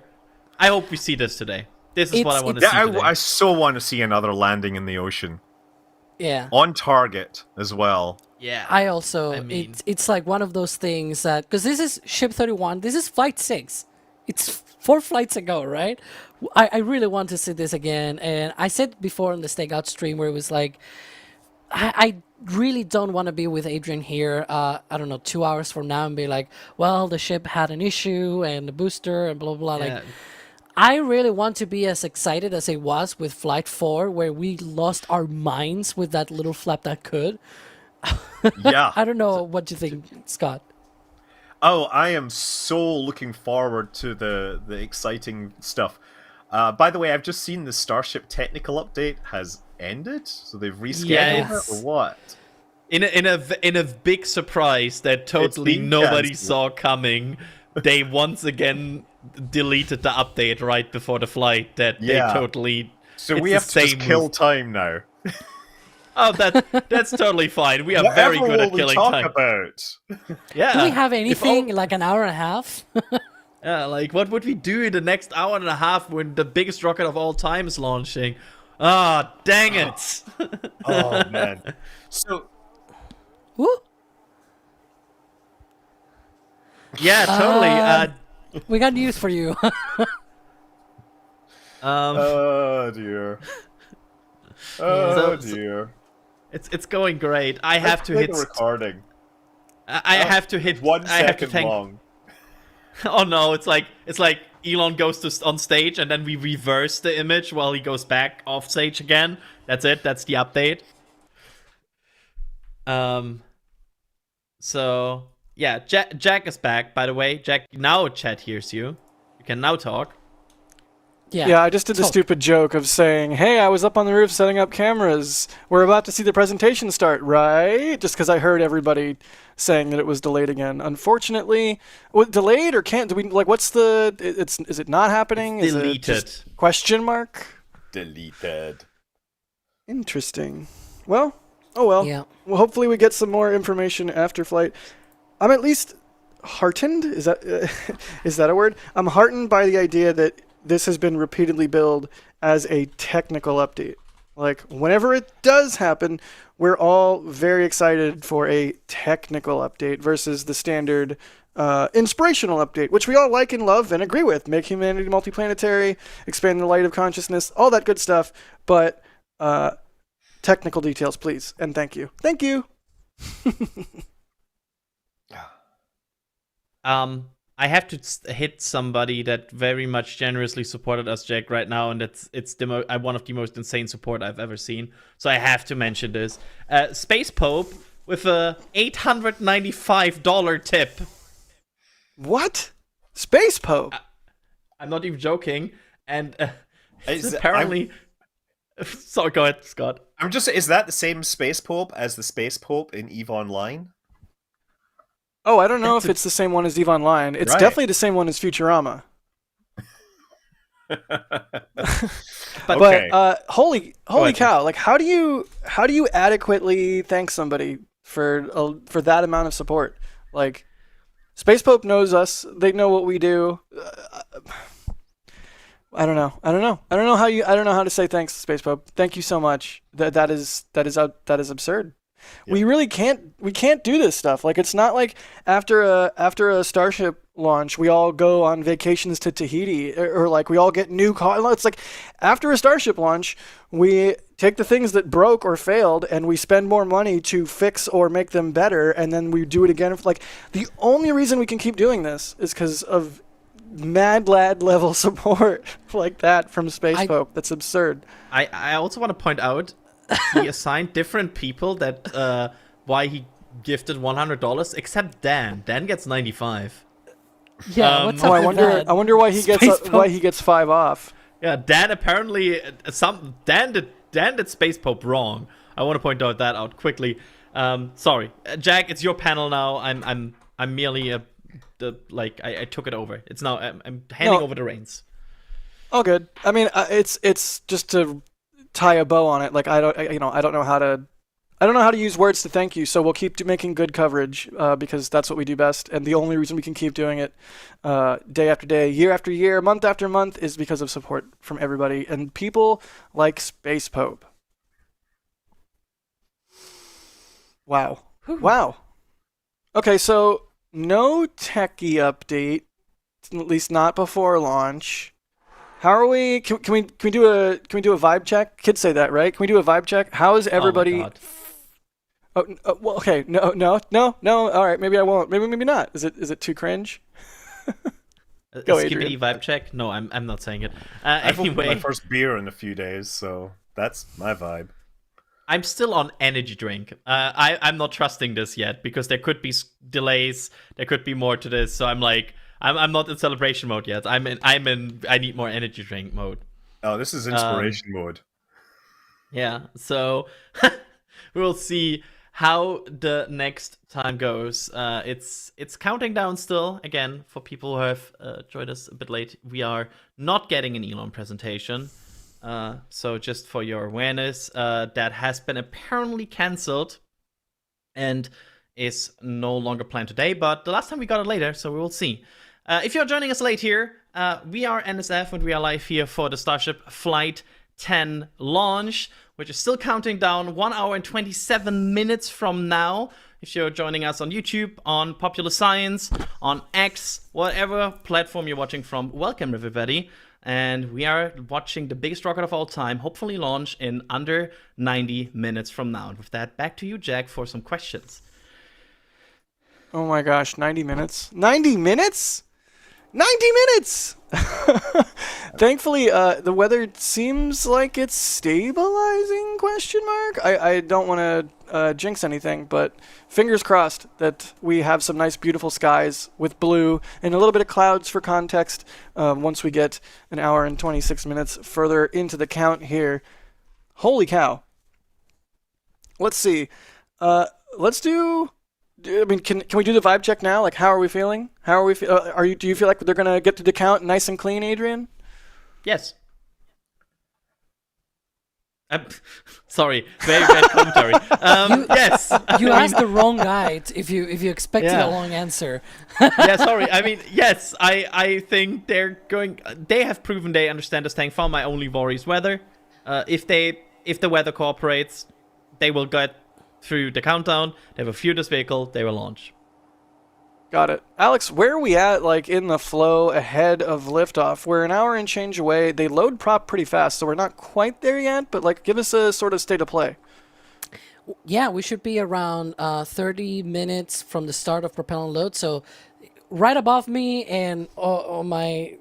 that corner, you can see two of the views that we've got. One of them looking at the launch mount, the other one looking at the tower. That one at the tower, it's not a coincidence that it's looking at that spot, because that is where the tower event should be coming up, hopefully in a few minutes from now. That'll be the start of the chill down. They're going to be essentially flowing all of that propellant out to the launch mount and the launch tower and getting all of those conditioned and everything. It's a very tiny screen here on my own end, so excuse me if I'm not looking directly at the camera, but yeah, we are just looking very closely to that vent there, and also the one at the launch mount. Usually is first the tower, then a minute later on the launch mount. There we go. Thank you, Kevin, or whoever zoomed that in. But yeah, we can see that little pipe sticking out of the tower. That's the one that's gonna get very active really soon. I don't have Scott's, deep voice, but Oh. I tried.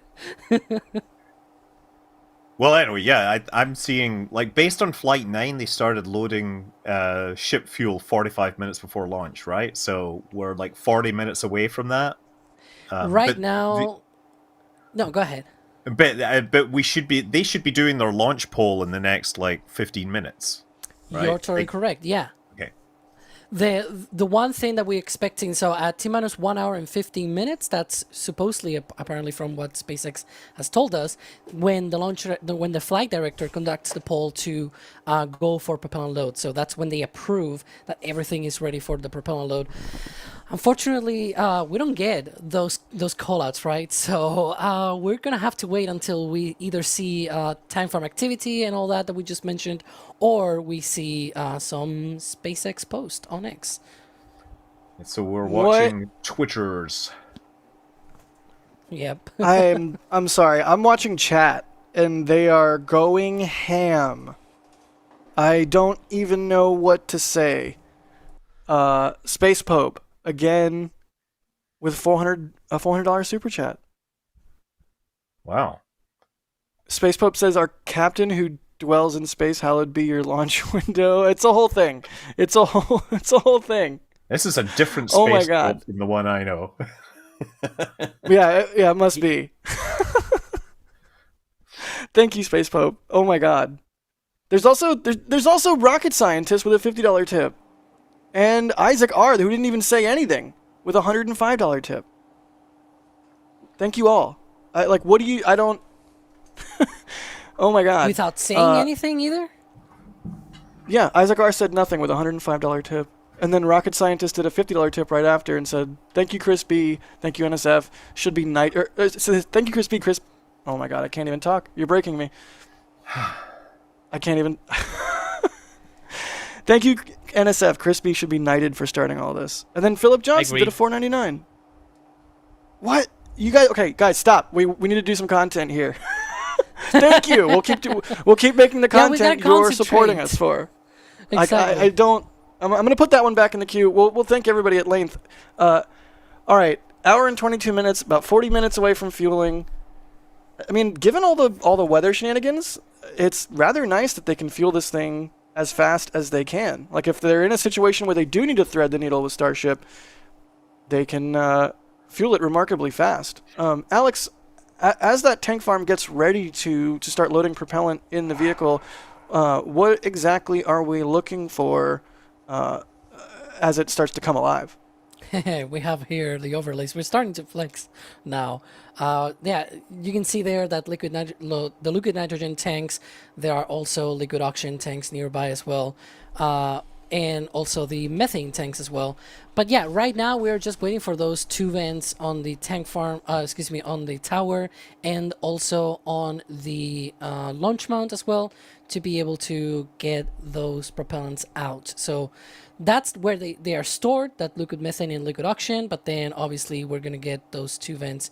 By the way, where it says OLM vent, it's pointing there, that is not, the vent that you're seeing there, it's not the OLM vent, it's just like behind it, right?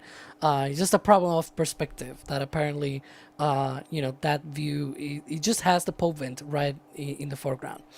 But yeah, we'll see when that comes up. Usually it's around the 1 hour, 20-minute mark.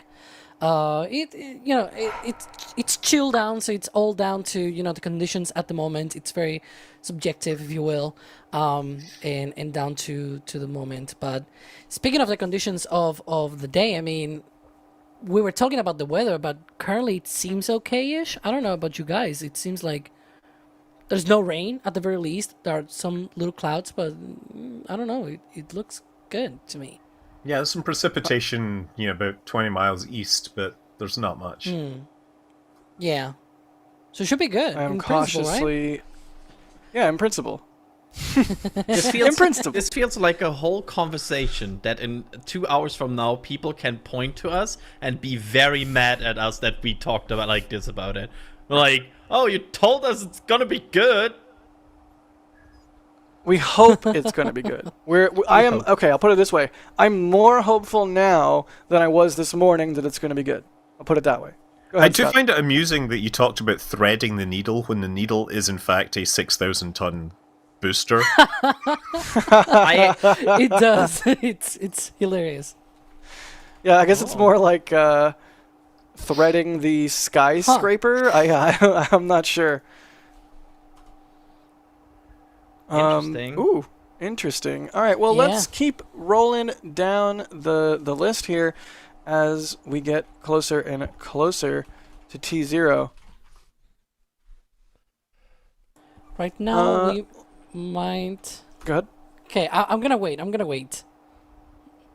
Okay. Gonna be good with our producers. We will stand by for that thing we are going to talk about here in a moment. Really quick, F-16 Acer asking, will 37 complete all of its objectives this launch? I know, like, we've probably gone over this a bunch, both in the stakeout and in the lead up to this and today, but it's the question on everybody's mind. I mean, that's why the shirt, right, is a Phoenix, not a Pegasus, a Phoenix. You know, because it's rising from the ashes. Like we need it to rise from the ashes. There it is. We can now change it. Tell it, everybody. SpaceX has changed the clock on their website. It is now counting down to, let me get the exact time, 20 minutes into the window? Yeah, 20 minutes into the window. Another 20 minutes. Oh. Yep. Yeah, so 6:50. Pull up 5 more questions. We will have to talk about a bit more. Yeah. We'll be back in a second. All right. Well, yep. That is exactly what I will do. Let's get some more questions rolling. Puppet is asking, why is there a booster in ship stand at the roadblock? I think it's just like it's almost like a... what? I was going to say, jokingly, but probably not jokingly, is easiest way to block the road, right? Yeah, I mean, if you think about it, like a military base like Vandenberg or a launch facility like Kennedy Space Center or Cape Canaveral, they will have things, like they'll have countermeasures, basically. If someone is trying to access an area that they shouldn't be able to access, there's like, you know, barriers that can pop out of the road, bollards or whatever. There's all kinds of different things that can be used to stop people from getting places where they shouldn't be if they're like determined to do so. And let me tell you, you're not going to get through that mud because it's very wet out there, and also you're not going to drive through a booster stand, right? The SPMT driver was like, if no parking space, why parking space shaped? Yeah, right.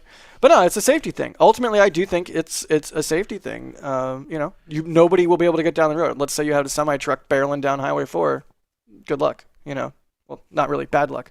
Let's see. More questies. Questies? Questies Yeah, from more our questies. watchies? I don't know. Okay, I don't know if we're going to go that far. Do we have Ryan for a hit? Is Ryan around? Ryan, you there? You said questies, and Kevin's like, get you off the stream straight away. We don't want Jack on the stream anymore. No, but we are going to take a look at the weather really quickly, because as I came on about half an hour ago, and we could see some storms over here forming over Starbase, or forming over Brownsville rather, and then pulling towards Starbase. Some other things happening in Mexico. Thankfully, those are moving further south. This is a replay of the last 2 hours of weather up to the current point. So when it freezes, how the current radar is looking. Most of this green stuff, don't worry about it. We're most focused on the reds, the oranges, the yellows, because those indicate big storms that could be lightning storms that could be heading our way. Of course, SCE to AUX, very bad. There's nobody on board to switch SCE to AUX, so they can't launch in the lightning. So we're keeping an eye on some of the storms that are forming down here.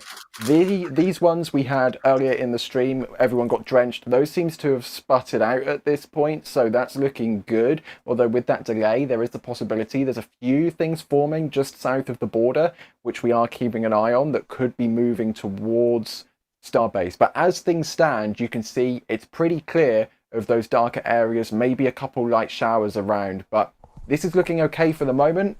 But again, this is the last 2 hours up to the current. So we want to know how the weather's going to be in 95 minutes time. And fingers crossed it holds like that. I've been looking at the forecast. There isn't any more rain forecast, but we need to be careful with that, because these storms we're watching are very much those things that can spawn in a couple minutes, that pop up out of nowhere and cause havoc. And, you know, we saw with Crew 11 a couple of weeks ago, there was literally a cloud that rolled over in the last few seconds of the count, like T-1 minute. They then had to call off the launch. So those are the kind of things that we're going to be looking out for here as well. In terms of the clouds, it's a pretty similar story to how it was about 45 minutes ago. Pretty cloudy Gulf today. Although if we look over to Brownsville, fingers crossed, an open patch, because it's looking a little bit of cloud cover that's going to be kind of pushing its way north from Mexico here. So fingers crossed it stays open for those all-important, beautiful views, we can bring you on the live stream. But that's how things stand at, well, now T-minus 90 minutes with that 90-minute delay. Thank you so much for that, Ryan. And for more weather updates, I want to quickly throw it over here also to Adam, our weather expert here at NSF. Adam, how's it looking? What's your general impression here? It's actually looking pretty well. So originally I was telling you about the forecast saying that, afternoon thunderstorms could develop and pop up, and that's exactly what happened today. Ryan was pointing out some of the storms that developed. Well, what's nice is those storms actually developed early enough today. What happened is those storms went up, collapsed, sent out like an outflow cool air gust, which is actually stable air. And so what happened is they went up early enough, created enough stable air, and that boundary is actually shifting south now into Mexico and far out to the west. So what that means is we actually have a lot more stable air close to our area here within 10 nautical miles of our region. So with that being said, I don't expect any more thunderstorms to develop in 10, 15 nautical miles of Starbase. And so that'd be fine. Now, the storms that are developing in Mexico, you can see in the view there that you got some of those upper level clouds that are kind of coming in. That's the anvil blow off from those thunderstorms. We'll continue to see that unless a really thick shield of those comes over. Then there might be something that they have to watch. But the weather balloons, I just looked, they just launched 2 weather balloons from Starbase. So they're getting that data in now, and that way they can make their full determined calculation if it looks safe enough. But from my standpoint, from what I'm seeing, upper level winds look fine. The storms are now far enough, 10 plus nautical miles away. So I think everything is lining up to be fine. I don't think we have any new storms that will develop over the next few hours. So I believe we're doing well. Absolutely. Keep us posted, Adam, if you see anything more on the weather front and if we are spotting anything that should be of our concern. But for the moment, thank you so much for that update and enjoy the launch. Absolutely. And with that, we are back here. 1 hour, 30 minutes to go in the launch window. And I guess, Scott, that's an advantage of Starship, right? Like in comparison to Falcon 9, they can adjust fairly flexible with their countdown, while Falcon 9, of course, once it starts propellant loading, it's locked in, right? Yeah, I mean, it's got a very limited... I mean, Falcon 9 does have some wiggle room there, and 20 minutes of change, I think, is within what Falcon 9 can handle. But yeah, I mean, Starship, they go... I mean, we don't know how long Starship can sit on the pad fully fueled, to be honest. We know that Falcon 9 is of the order of 20 minutes. But the thing about Starship is that it's not launching to any particular choice of orbit right now, so it doesn't have instantaneous launch windows. It's not going to the space station or to a specific Starlink plane. That's really the main difference on the ability to use a launch window. Absolutely. Yeah. It's gonna the payload is just the data, right? And some dummy Starlinks that hopefully have a camera attached to them. This is just me crossing my fingers. Please, one of these Starlinks have a camera so we can see the Starship go flying away. Jack, please tell me it's true. What's true? I just took the headset from Adam and told him to get out of here. Do you think one of the dummy links has a camera attached? I certainly hope so. Also, those views we were just looking at, whereas more people arriving at the Rocket Ranch outpost. I think that was D was giving us those views. It looks like they managed to get out of the rain, which is yay. But yeah, I really hope one of the Starlinks, dummy Starlinks, whatever you want to call them. I really hope there's. Well, first I hope they get to the point where they can deploy them. Yeah. And second, I hope they get to the point where they actually have a little GoPro or something on there. Hey, look, is that a first-person view from D? Looks like it. That's cool. Yeah, it looks like the buses are starting to drop people off at the outpost. You can see the Texican food truck they have there. Oh, God, now I want barbecue. But yeah, thanks again to our friends for the outpost for hosting us there. I believe D and Max are there as part of the NSF contingent. I am not. Normally, that's where I am. But this time I decided to go hotel, and you know what? Both are good options. They're very different options. Hotel's cushy. Like, I almost feel bad. I'm like so comfortable right now. The ranch is cushy too, but it's also like, you're right next to the rocket. You're not at a beach resort. All right. Oh my gosh. We're at 90 minutes again, and I just got the 90-minute adrenaline rush again. You cannot do that every time. You will run into the same issue we had in New Glen. Remember that when we did that together? Yeah. It's a really interesting way. It's a really interesting way to discover exactly how much adrenaline your brain has at any given time, and because you find the limit. Scott, do you find like your heart rate spiking when we get close to T0, or are you just kind of like, Apparently it's just another not. launch? I've looked into this and I've never seen like a signature. The first one was kind of cool, but ever since, no.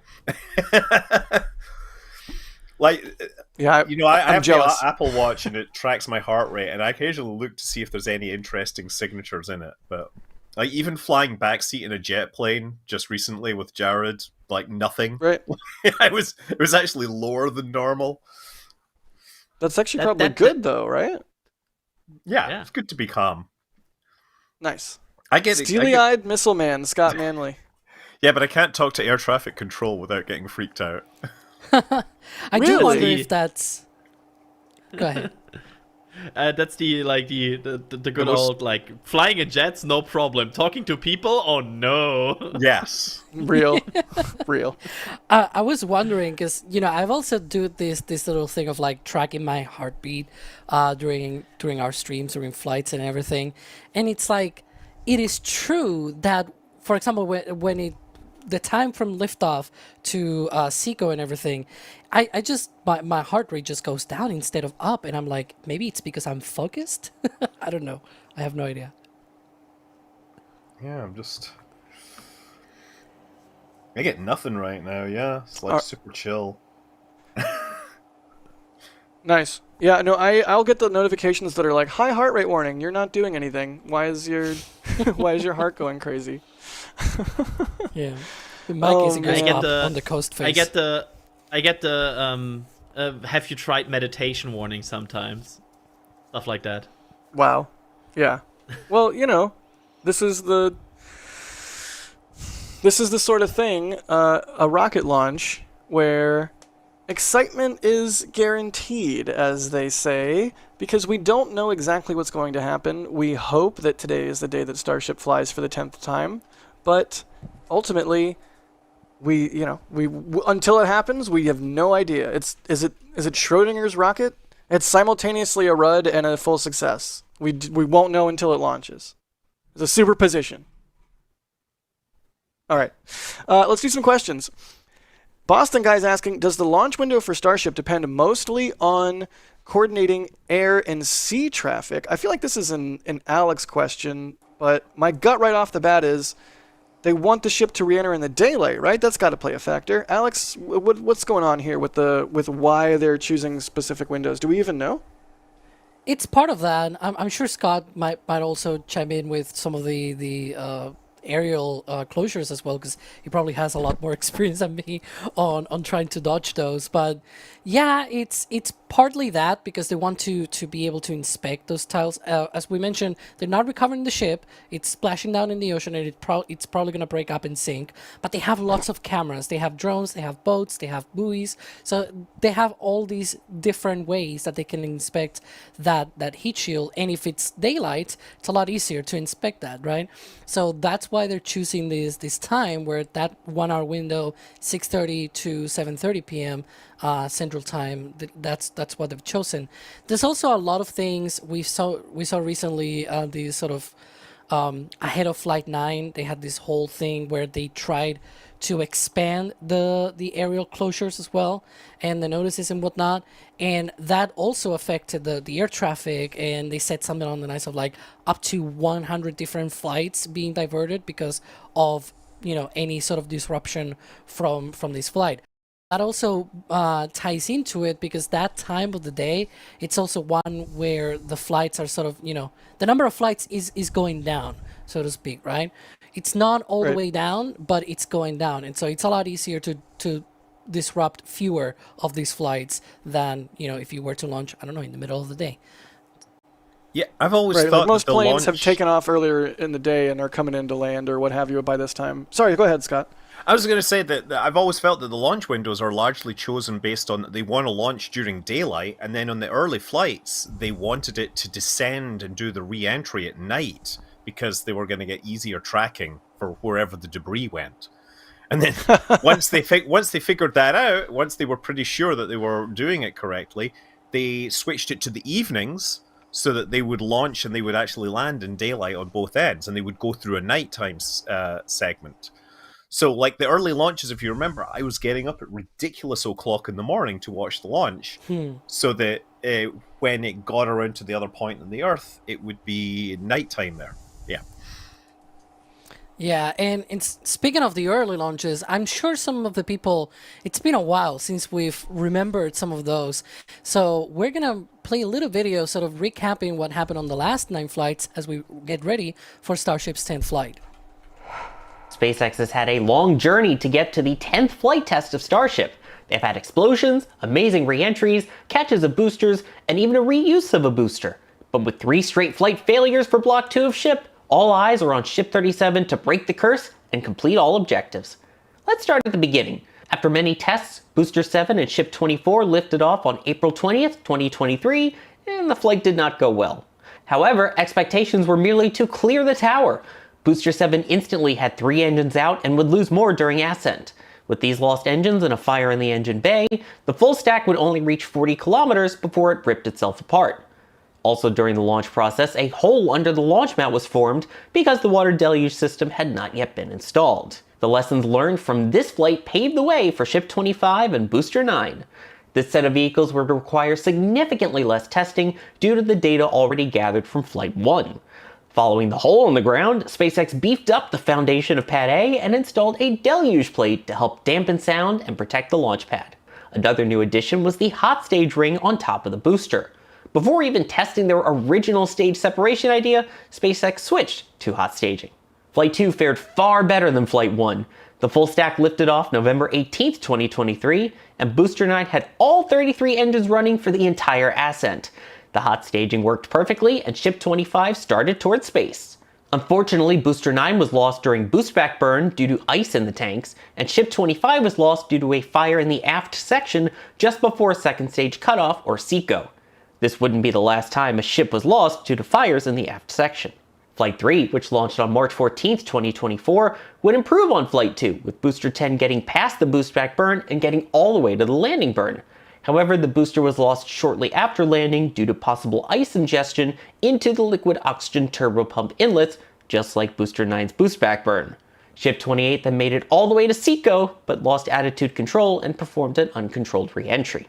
Flight 4, which launched on June 6, 2024, was once again an improvement, where Booster 11 completed its entire mission profile and performed a soft splashdown in the water.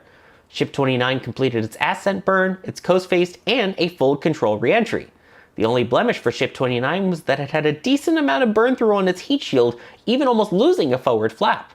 Despite this, it provided uninterrupted live views of re-entry, which is something no one had ever seen before. Next up was Flight 5, and with Booster 11 having completed its soft splashdown, SpaceX decided to catch the booster. This flight also had an upgraded heat shield for Ship 30 to better survive re-entry by introducing an ablative layer under the tiles. This flight would launch October 13th, 2024, and to date is still the most successful flight in the Starship program. Booster 12 completed its entire mission profile and was caught back on the launch tower, and the booster is currently in Mega Bay 1 getting prepped for display. Ship 30 completed all of its objectives and performed a perfect re-entry and landed right on target in the Indian Ocean. Then came Flight 6 November 19th, 2024, which was the last flight of Block 1 of Starship. Booster 13 completed ascent, however due to a tower issue, it couldn't perform a catch. Ship 31 completed all of its objectives and performed an on-target splashdown in the Indian Ocean. SpaceX has yet to have a ship since Ship 31 perform an on-target landing or controlled re-entry. After the success of Block 1, things took a few steps back for Block 2 of the ship. Flight 7, which launched January 16, 2025, had Booster 14 repeat a catch like Booster 12 and complete all aspects of its mission. Ship 33, however, was lost before SECO due to harmonic vibrations in the engine section. These vibrations caused leaks, which led to fires in the aft section of the ship, which led to it exploding on ascent. Next up was Flight 8 on March 6, 2025, featuring Booster 15 and Ship 34. Booster 15 completed a nearly perfect flight and was caught, making 3 caught boosters for SpaceX. Ship 34, however, had an issue with a center raptor that led to leaks and another fire in the engine section, and the ship was lost before SECO. After losing 2 ships back-to-back before getting to SECO, a lot was riding on Ship 35 on Flight 9. With a pairing of Ship 35 and Booster 14-2, yes, a reflown booster, Flight 9 lifted off May 27, 2025. Booster 14-2 completed almost all of its objectives, but was lost on landing burn startup because SpaceX was trying to push the limits of the booster and it didn't survive. Ship 35 got past SECO, but it lost control during the coast phase due to a methane gas leak into the payload bay and was lost during an uncontrolled re-entry. Well, here we are at Flight 10. SpaceX is using Ship 37 and Booster 16 on this flight, which we all hope will be successful.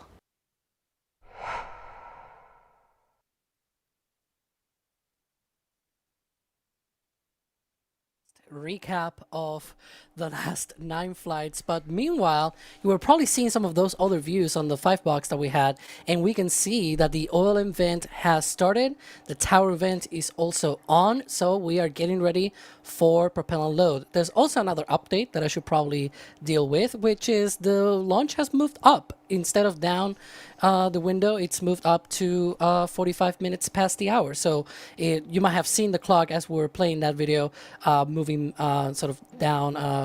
It will have been T-minus 1 hour and 18 by now if that had not happened. But Jack, how do you feel? Like that 5 minute not delayed but moved up. Yeah, moved left. I feel like that feels rare. I'm wondering if that has to do with the weather balloons that Adam just talked about.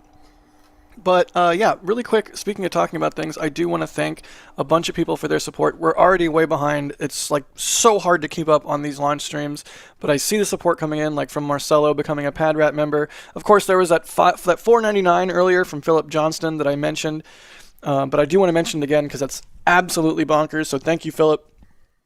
They say, thanks guys, my first donation to the channel, but I owe a backlog. You owe us nothing, except maybe tell your friends about us. That would be amazing.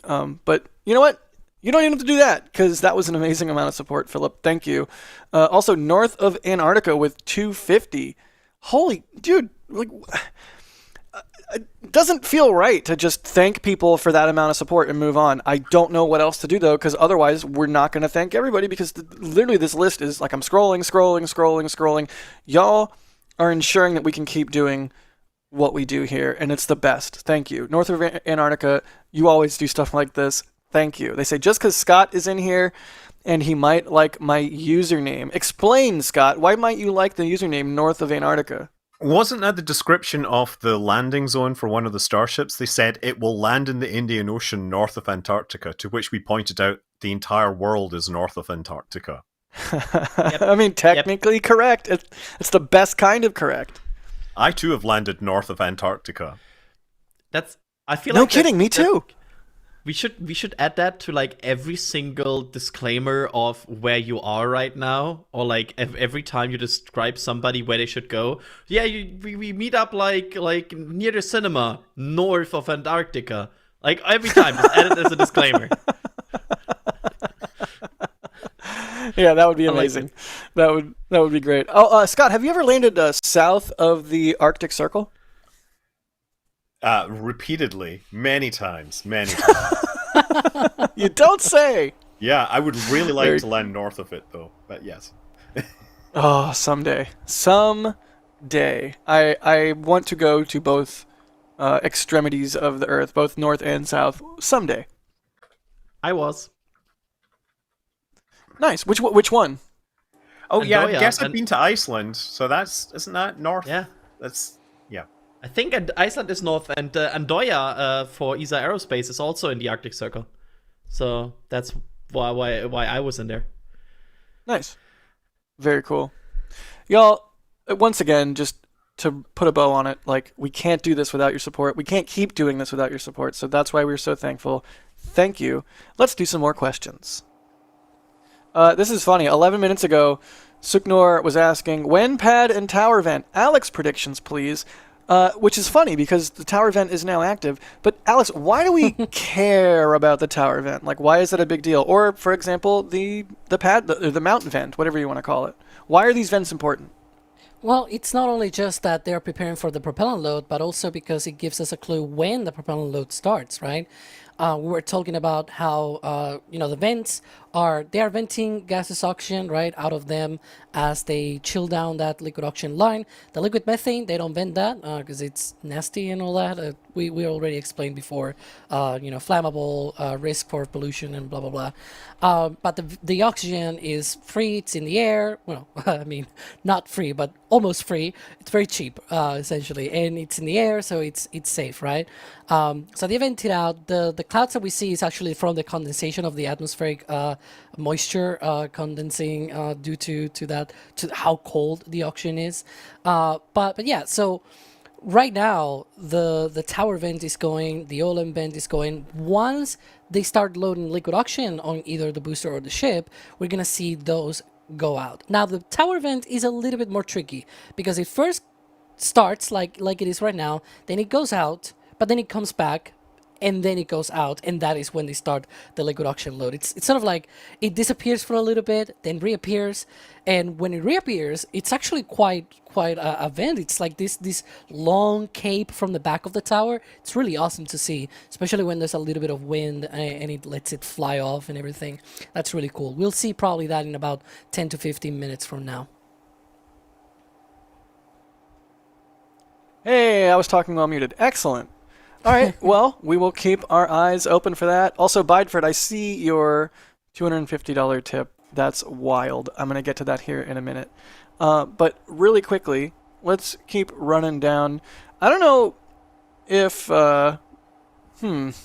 Who should I throw this one to? I'll throw this one to Scott. Scott, Marvin is asking, which instruments/vehicles are used to visually track the ship during re-entry and descent? Like, for example, do we know if the WB-57 is on station the today for this? WB-57 does not appear to be active, but I know that they have private jets. There's a company that flies out of Australia, and they have cameras on their planes, and they have tracked Starship descents, if that's what you're asking.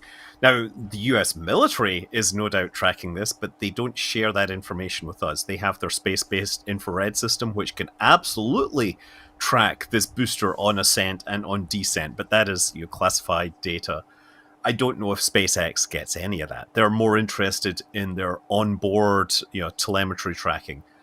But yeah, I think the main ones will be those two things. Yeah, I and do Starlink, think... of course. Right, because they can get views from the vehicle itself, and also other Starlink satellites that may or may not have cameras on them. Please, yeah, interesting. Please. Sorry, Adrian's just.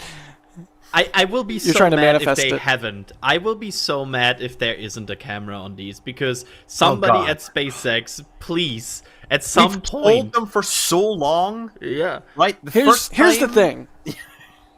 Imagine you're the guy at SpaceX, I don't know, maybe the intern at SpaceX, who, gets a ticket in whatever software they use, and it's like, build us X number of Starlink dummy satellites. And you're like, cool, and you do it. and then 2 months later, they're like, hey, build us more. And you're like, cool, and you do it. And then a month later, they're like, hey, build us more. And you're like, but can we do real ones? Let's do real ones, how about? I'd be fairly frustrated. A real one, they just need to glue a camera onto it and have it speak by Wi-Fi to the Starship. Yeah, right. I literally just want to have an external view of a Starship. And I know Alex is going to say stuff to me like, it will be dark and you won't see anything. Oh, put lights on them. Yeah, my point was precisely the opposite, that, it's going to be dark. Well, I don't care. I still want to see. Point a camera. There's probably cameras out there that are at least sensitive to some of the lights. Like, there are lights on the payload bay, for example, right? So those might shine on, out from the ship or something. I want to see, what would I see? I don't know. I want to figure it out, right? Put cameras on that thing. Yeah, I agree. More cameras, more better. I think we all agree. I mean, even just what we were talking about, I don't know how many launches ago it was, Scott. The bullet time idea, like using Starlink to do a Starship launch in bullet time, and like get stitched. Oh my God, there's so many cool things you could do with Starlink and cameras, and not just on the dummy links with a GoPro glued to them. Although bare minimum viable product, please give me that. But speaking of products, hey, look, it's the patch shirt. Adrian, what's going on with the patch? How are we? Have we sold out of it yet? I hope not. These transitions today are on fire. Like ship. Just like the patch. Oh. There we go. By the way, yes, we added orange as a color option for t-shirts just for Jack. I want to point out 100% that was a request by Jack. That was then followed. But yeah, we have the patch on all kinds of products. The patch itself, of course, but also tumblers, mugs, hoodies, if you're getting too closer to the colder season, which, for example, is the case here in Germany. T-shirts, we even have kids shirts, we have woman cut shirts. So it's available in all kinds of styles you would prefer it. And regarding the patch, we are selling through it. We are at, let me look, over halfway. And I want to once again quickly remind that we are working some issues with the international shipping rates for the patch only. It's just a patch only for the international shipping rate, which has seen an increase in shipping rate with our change of warehouses. We are deeply sorry about that. We don't like it. I can promise you that. And we will work our best to bring it further down in following flights again with the patch for these international shipping rates for the patch. So yeah, this patch is amazing, and I'm a big fan of it because it really does represent what this flight is all about. This is a moment in the Starship program where things need to go well. Things need to go properly.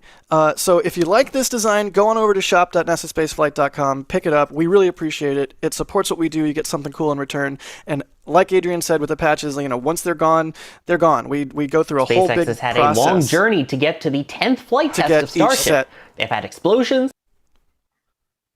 Sorry. Okay. I suddenly heard a voice there's a whole in my head, wrong button. Which sometimes You're happens. good. There's a big long process to get the patches. So we order a set amount. So yeah, if you want it, get it before it's gone, because once it's gone, it's gone. Whew. You want to have good news? Wow. Great news? Amazing news? Oh, that's really good news. Tell us about it. Go for propellant load. Oh, it's just about to check. Yes. Amazing. That's exactly what we want to hear right now. By the way, I love that sorry, I have to throw them under the bus here. Did you see to what they replied this tweet? They didn't do it to the launch broadcast. They did it to the technical presentation that they aborted. Yep. Huh. That was well, maybe we'll still get it. No, no, maybe we'll still get it. Maybe after the launch, we'll get it. I'm optimistic here. And I'm excited because go for prop load means they're looking at the weather, they're looking at everything, and they think that they are going to be able to get this thing in the air in like an hour to go. And again, as I was just saying, this is not make or break, because if today's launch doesn't go well, it's not break, but it's definitely not good. And you better believe if today's launch doesn't go well, other companies and things, if I was Blue Origin and today's launch doesn't go well, I would say, hey, but today's launch is going to go well. Today's launch is going to be awesome, and Starship is going to kick butt. I want to see some hype in chat. Chat, are you hyped up? If you are, throw in some member emojis if you're a member. If you got gifted a membership, you have those now. You could blast a whole bunch of Starhoppers in chat if you want to. But I'm hyped up. Adrian, are you hyped up? I am, and I heard there is... I'm not saying it's happening yet, but there might be some very hype video that is being worked or coming to us very soon, as we like to do the... Let's do it. Hype video. Let's do it. I'm hyped. Okay. But we gotta be hyped. Video. Let's do the video. Chat's hyped. I'm hyped. Chat's hyped. Chat's saying hype.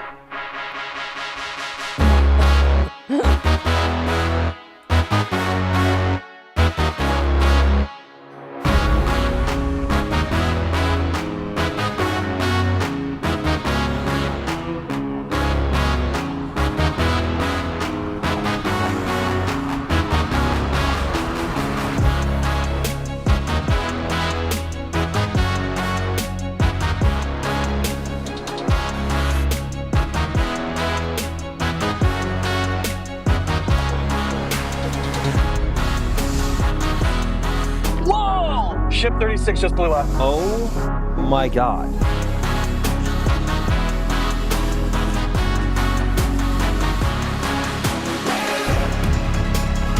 We have liftoff. We have 33 healthy Raptor engines. Restriction cut off. And hot staging, look at that. Wow. Fly, baby, fly. Let's go!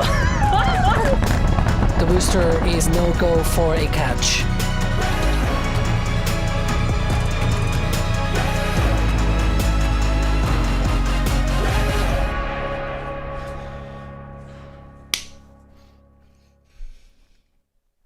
Let's find out. Let's find out. We all get to find out together. We get to watch the future happen before our eyes. It's DOS! DOS. We can't. Are we getting audio? Are you going to talk to us? I think it's more like, yeah, no microphone. It's like... He's like, He's remember, I didn't set up the charade. micro. Yeah, he's mad at me. All right, he's got the camera set up. DOS has been working like a madman. If you're wondering why you haven't seen him on stream yet, it's because he's been up on the roof in the heat, setting up a whole bunch of tracking cameras and rigs and whatnot, and getting it nice and ready to go for me as well. My camera is right off frame, just to the right of DOS. But you don't got to worry about that. Look at his fancy robotic tracking rig that he is going to track this thing with, and his fancy computer rig and nice Pelican cases with screens and everything to the right of it. I'm excited for what DOS is going to be able to pull off with this. And I'm excited for what the booster is going to do here. Because if you just watch that video, that little sound up that said the booster's no go for a catch, they're not catching the booster today. But not only that, it's going to hover, maybe, Alex? Question mark? We'll see. That was my voice. That was weird to hear myself saying that. Sorry. But yeah, we'll see. We'll see what will happen today. Of course, you know we are already known that that it's not going to be caught, so we're not going to have any no go call or anything. It's just going to go to the Gulf, right? That's the purpose. But as you mentioned, it's not going to be splashing down softly. It's just going to be hovering up in the air, and then it's going to cut its engines, and then it's going to just smash against the water. Now, as Scott said before, it's either going to be in multiple pieces that it splashes, or it splashes in one piece. Yeah, it's going to be exciting to see what that does. I mean, we've talked a lot about Ship 37, and Ship 37 has to do well, and all of that, and what do we think it's going to happen? Is it going to make it to re-entry? All of that. But the booster here, if it gets to that point of the landing where they can enter into that hover, that's going to be wild. And hopefully we have a bunch of cameras all pointed on that. So once the ship is hauling the mail downrange and we can't see it from the ground here in Starbase anymore, we have the treat of whatever the heck that booster is going to do. So that is going to be really interesting as well. And that hype video just got me extra hyped. It'll be hovering just across the horizon, though. So if we have only ground-based cameras, we might not see very much. The thing is, though, Scott.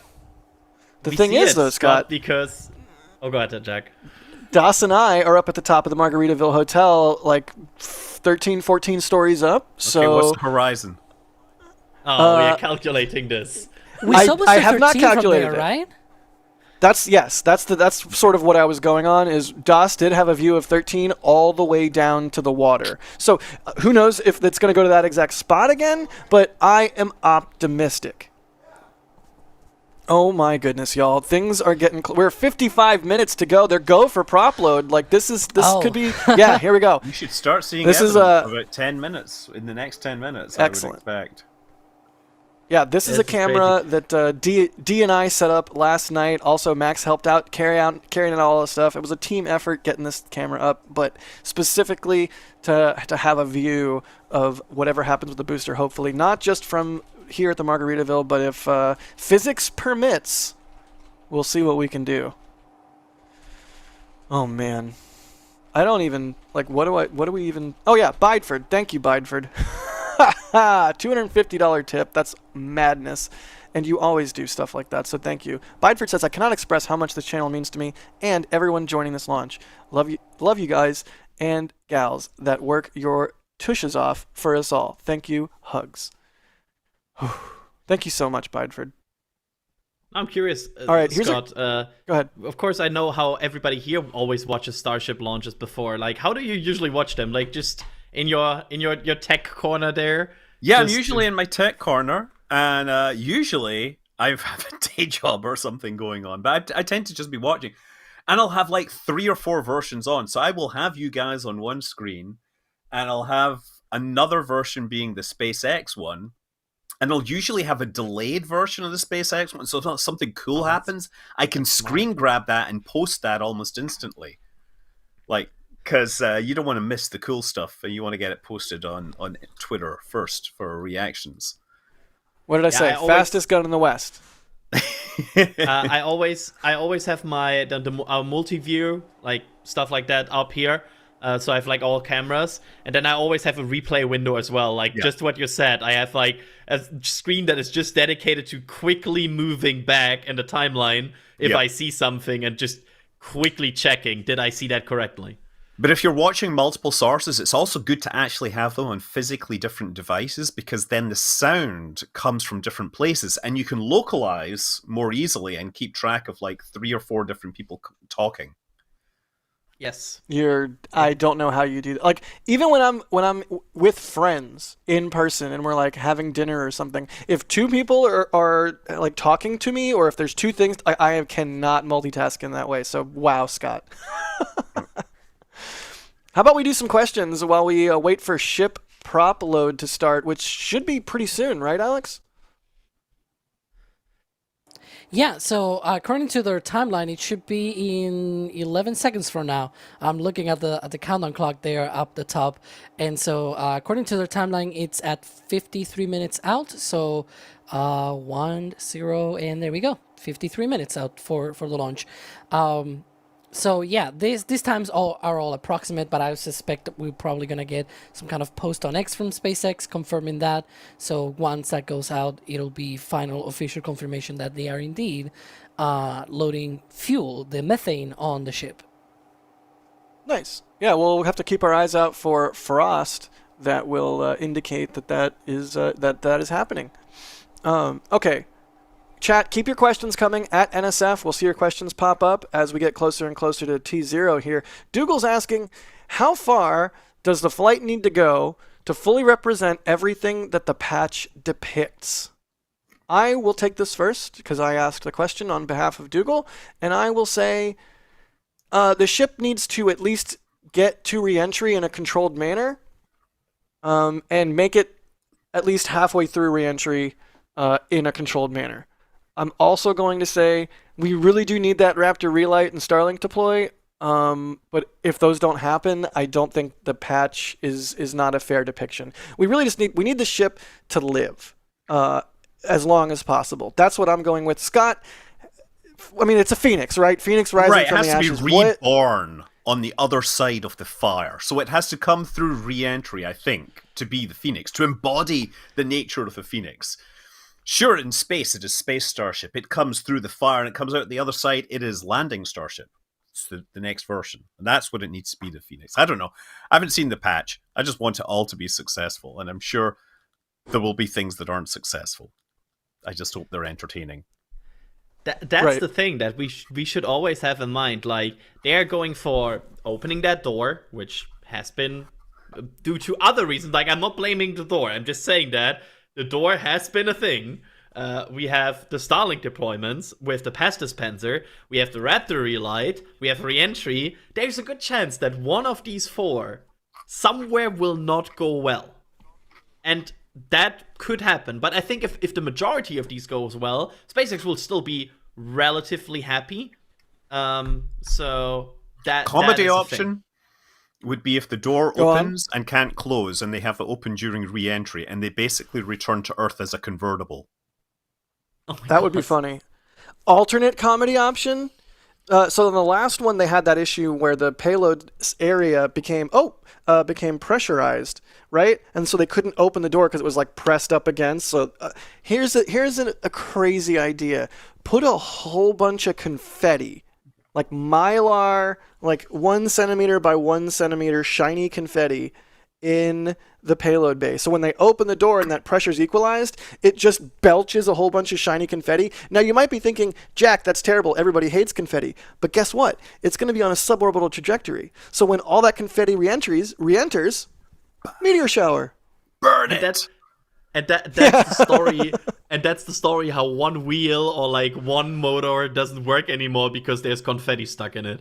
And the engineer looks at and an engineer looks at the payload expert very angrily and be like, "Why? Why? Yeah, it turns out it's not confetti so much as it is fodfetti. But anyways, let's keep doing questions. That was a good one, Dougal. Wait, Alex didn't answer. Alex, how? Oh, go ahead. Quickly update, SpaceX has confirmed that propellant load on Starship's upper stage is now underway. Excellent. That's exactly what we expected based on the timeline. Yep. So actually, that's a little early because they are earlier than the previous one, right? Alex? Because 45 minutes was when they did it last on Flight 9. Yeah, some of the times have changed a little bit from the last. I will have to check it out. I'm actually right now going to my spreadsheet because I have. Actually, no. Actually, no. It was LOX versus fuel loading swapped. Yeah. So we're in line to be like 50-something minutes to start loading of some sort of propellant. Yeah, the liquid oxygen load was swapped with the fuel load on the ship. So now they're doing the fuel, the methane first, and that was also moved up quite a bit. Like any propellant in general that was loaded on the ship first, that was at 51:37 before the launch, and now for this flight is 53 minutes. The only thing is that it swapped because it was liquid oxygen before, and now it is the methane. But yeah, they do this where, every flight they try to tweak some of these things and just based on their previous experience and previous data. It's very normal. Interesting. I still can't really wrap my head around just how fast they're able to load propellant on this thing. I mean, Scott, do you think they're sort of already at the ragged edge, or do you think they're able to even crank it up even more and get propellant on here even faster? I mean, would they even want to or need to? I mean, for rapid reusability, loading is faster, but I mean, yeah, you basically start hitting like fundamental physical limits. That the faster you're flowing the propellant, the more you heat it up, the more it has to settle before it can be used, before it can be taken into the engine. So I don't know what their limits are on this. This seems pretty big. And frankly, I'm surprised they can load something this big in an hour. Me too. It's hard. Like I said, it's hard to wrap your head around. Adrian, I mean, ow, my brain. Say something smart. I mean, there's the change coming to the quick disconnects on the next pad where they separate methane and liquid oxygen into different structures. So maybe with that, there's also an improvement in fueling speed. We will see.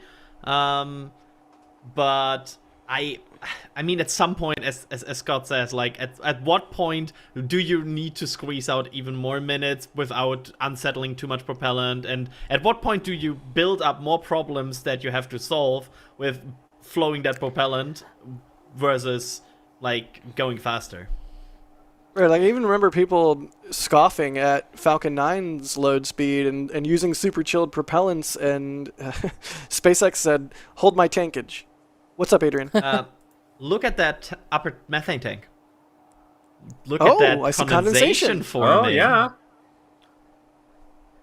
That's excellent. A frost ring about to happen. It's a frost ring in the making, which is excellent because we're 46 minutes to go. Hopefully, until Starship's 10th flight.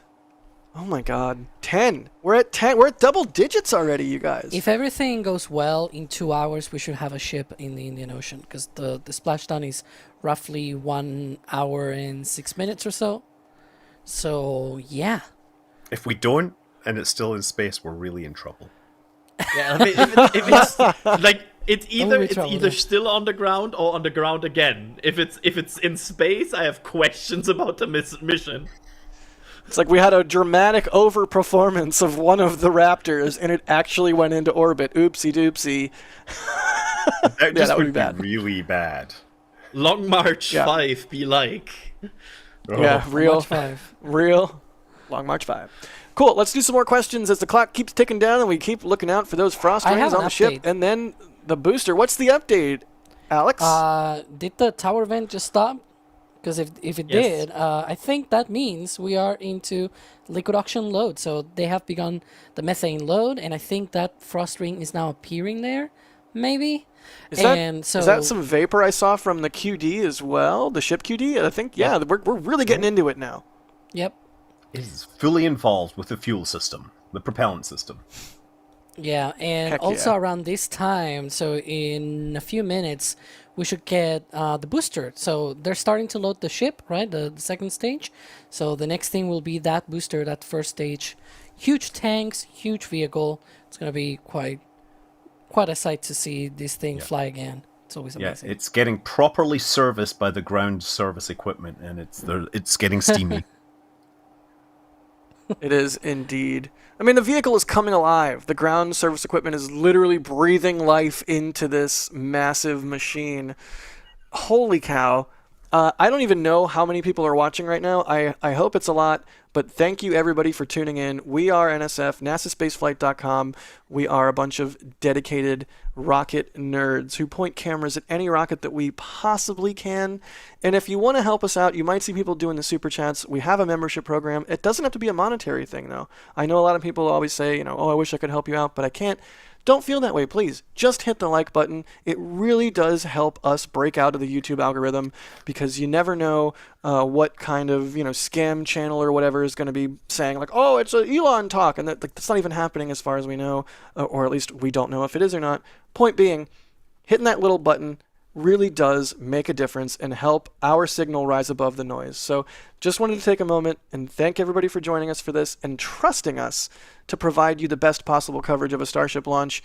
And if you agree that we do a good job with it, we certainly would appreciate hitting that like button, because it again, the YouTube algorithm overlords, who knows? But that is something you can do directly that helps us. Cool. Question time. I have a question here from Astra asking, what the chance of a jellyfish tonight? Now, here's the thing. I don't know if you see that big whitish blobby sort of deal there above the Starship. That's a cloud. So even if the lighting conditions and launch timing were exactly right, I don't know that we would be able to even see it. However, if they did push again, if the launch went closer to the end of the window, I do feel like we would get some spectacular lighting. Now, jellyfish, I'm not sure. Scott, I feel like you take pictures of the sun, and you're very aware of alignment of things and timing of things. You're a smart guy. What's the is what I'm sunset saying. time there? The sunset time is probably 8 something. Hang on, I'll tell you in like. I mean, basically, 10 it has seconds. to be like after sunset. 7:56. Right. 7:56. So yeah, it's outside the window. Dang it. Yeah. And I think that's However- intentional. I think they want to launch in daylight because that gives them. They need to track that booster. But then, that's at the launch site. That ship burn, it goes all the way out to like Florida. Not exactly to Florida, but like in between Florida and Cuba. People out there might be able to have a jellyfish effect, but because it's probably going to be dark enough to have that effect. And I'm being reminded right now by my own brain of what happened on flights 7 and 8, where boats out there in the Caribbean, there were like cruise ships and things like that out there, and as the streaks of the broken ships were coming down, it was already dark. It was past sunset, so they had, I guess, a jellyfish effect with the re-entry streaks, I guess. Yeah, somebody actually caught the. Some of the people caught the explosion of the booster, the Starship, because they saw not the jellyfish, but they saw the sunset effect or whatever, and so they were already seeing that oddity. That's why they had so many cameras already pointing at it when it actually let loose. So cool. I hope it doesn't happen again. But go ahead. I was going to say it's the only good reason to go on a cruise, right? Yeah. I couldn't think of any other one. Not unless you were going south of the Arctic Circle or north of Antarctica, then maybe it might be worth it. Adrian, go ahead. There are cruises. I just want to point out that because there are cruises that do that, right? There's like a Norway like post ship cruise, that like mail ship cruise that does like stuff like that in the Arctic Circle. Oh, cool. Yeah, just want to unrelated. Sorry. This ship is getting very venty. Everything is venting. Everything is going on. The super heavy booster is now also loading propellant, and basically we are just waiting for the liquid oxygen load on the super heavy booster to start. It's currently only loading methane, but LOX load should be starting in a very short time frame as well, and then all 4 tanks of the full stack are being loaded. I find it amusing you described Starship as going venti, since venti is like Starbucks' biggest size.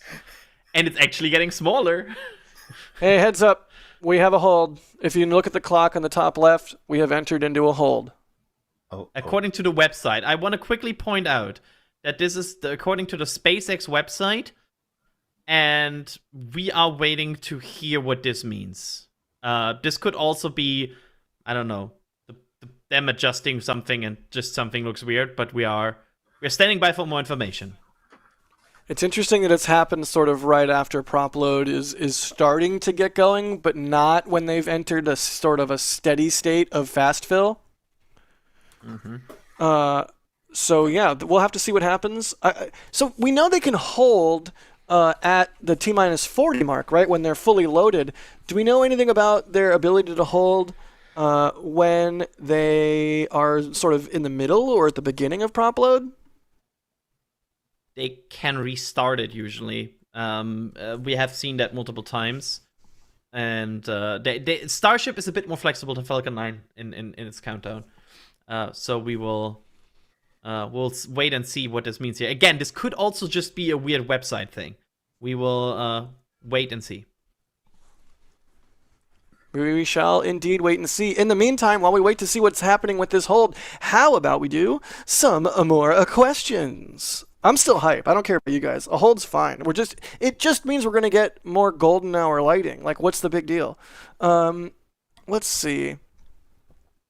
Don Cogswell. I prefer Spacely Sprockets, honestly. I'm sorry, Don, but Don Cogswell. That's going to date me, is asking, does it matter which third ring engine they ignite during the booster landing? Who wants to take this? Just put your hand up and I'll call on you. First person to put your hand up, I'll call on you. It was Alex. Alex, go. Does it matter which third ring engine they ignite during the booster landing burn? Oh, he didn't have his headset on. He didn't even hear me. I thought he was. The thing is, Alex, I think right now is very much like me, just paying very close attention to the indicators we are seeing. And one indicator we are seeing is it looks like propellant load has stopped. Yeah, so, it seems like they are now in drain back. Yeah, it seems like this. Yeah, go ahead, Scott. No, nothing. Never mind. False alarm. But they are drained back. Like their indicators. There are certain vents that we watch for, and these indicators have just popped up. So they are right now indefinitely. I feel very confident to say this. Right now, they are in drain back. It also takes a while to be able to recycle, because of the matter of they have to drain back, as you mentioned, right? And then they prepare again. It's not like they just stop there and then they continue.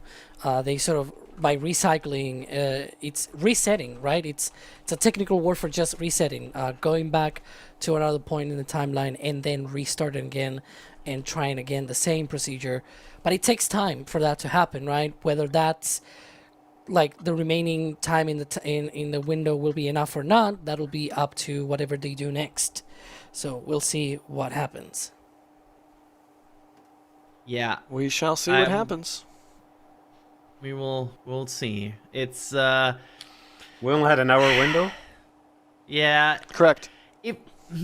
It's an hour will be tight. I am not the one to call this the S word yet, but an hour window with a full drain bag. Yeah. On the other hand, it's the start of the propellant load, so it's not like they need to drain a lot, but also they were already 15 minutes into the window, right? Yeah. So they have, 45 minutes of leeway, and it takes probably a good 20-30 minutes just to drain back whatever they loaded, because even though it took a few minutes just to load it, unfortunately, they don't have the same capacity to drain back as quickly as they load the rocket. It's a different procedure that they do. They run the same pumps but backward, but they don't run them at the same speed. It's a whole thing with pressures and whatnot on the ground tanks. It will be too long to explain. But bottom line is, it takes longer, right? And maybe those 45 minutes might not be enough, right? So right now we're standing by, seeing whatever official word we get, and, you know, no, don't panic. Don't panic. Famous words from Hitchhiker's Guide. Don't panic. You know, well, things may be getting tight, but we'll stand by here and see what happens next. I'm still hyped. Jack. I don't care. I'm still riding the adrenaline wave. I don't know, Jack or Scott, should we speculate on whatever might have caused this? Because the timing is quite interesting, right? Right after they started propellant load. So I don't know. I agree. I'll let you speculate wildly along with Scott while I take care of some housekeeping here on my end. Okay, yeah. You guys in the field have a lot to juggle around. But yeah, I don't know. You know, sometimes we see this with testing as well. They start loading and then they stop. We saw that with Ship 37. I mean, they did that prior to the spin prime. So yeah, I don't know what's gonna happen. But that's one of the things that usually we see when testing. Where so clock is now reset to T-minus 12 hours. That's officially the S word.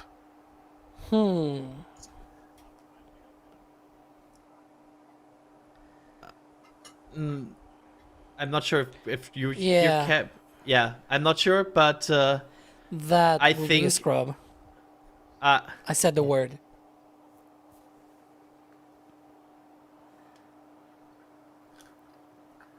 Cool. Okay. Let's go to Das on the roof for some commentary here on what just what just happened.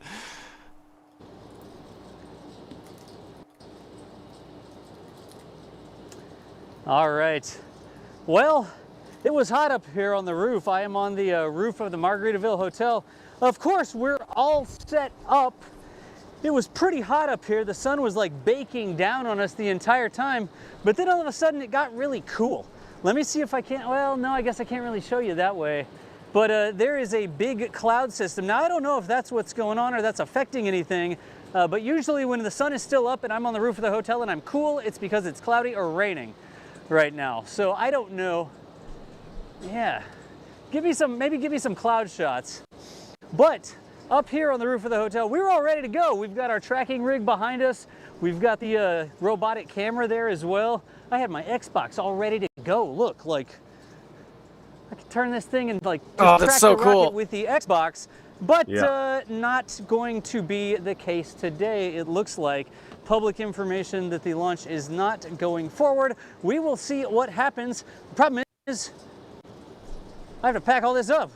look at all the gear that's back here. Hold up. So we have the tracking rig, the monitors and stuff like that right there are coming out of the camera. The actual robotic tracking mount. Jack's rig is down there just a little bit. There's Jack's rig right there. You can actually see how it starts to get dark up that way, right? It is not shining on me anymore. Then over here we have one of our, should I say patented? Not really patented. Our broadcast racks over here ingesting all of these cameras that actually time synchronizes all the inputs together and then sends it out on a fiber line that we installed up here on the roof of the Margaritaville and sends them up to Kevin and the team so they can show them to you. But we've, of course, got all of this ready to go, and it looks like it's not going to happen. Let's send it back over to the rest of the team. Yeah, so we just had the confirmation from SpaceX that indeed they're standing down from today's 10th flight of Starship to allow time to troubleshoot an issue with ground systems. So that is essentially the update from SpaceX, as I was suspecting that start of propellant load probably gave them some issues with the ground systems. But Adrian, what does happen when we scrub a launch or something scrubs? this is the moment where we do something fun out of something we don't like, and that is we have a special collection of funny scrub shirts because we found it funny, and they are always branded with the certain launch vehicle that is scrubbing. So if a Falcon 9 scrubs, you sometimes get a Falcon 9 shirt about that scrub available for 6 hours, and this is a very rare one, right? Because this is a very rare scrub of a rocket that usually doesn't scrub. And at the top of our shop, you can now see the secret shop is open. And if you click on that shop now, can you click on it? We should see the Starship scrub shirt. I watched the whole stream and all I got was a Starship scrub. I haven't seen that yet. It's at shop.nasaspaceforce.com. It's available for 6 hours and then it's gone. So that's my thing here. I found this funny. I hope you find it funny. We will see this launch another day. All I got was this. Yep, it's all we got, Scott. It's all we got. It's not a factually true shirt though, because they might have also gotten the patch. Oh well, that's a scrub for today. You know what? It's okay because okay. I'm gonna be selfish. I know there's people who probably traveled here to see this launch who are disappointed because they have to leave, which I totally get. As a photographer who really wanted imagery of this launch to go well, not just for myself, but for everybody on our team and everybody else that has cameras out here pointing to this thing, you know, better weather conditions certainly couldn't hurt. I'm not sure if y'all know, but a lot of remote cameras are triggered via sound triggers because that's the only way to get it to reliably fire. And hey, turns out rockets are loud. But the problem with that is, a potential problem, is if it rains and rain hits your camera and that sound trigger, that's the same as flicking the sound trigger or yelling at it, it will trigger. So many launch photographers have gone out to their cameras after a rainstorm and had an entire, you know, however many gigabyte memory card just full of rain photos because of rain hitting the trigger. So, oh, what is DOS tracking? Birds. Helicopter? Birds. Something is flying. Das is at this point is like, I built this rig up here, I will track something with it.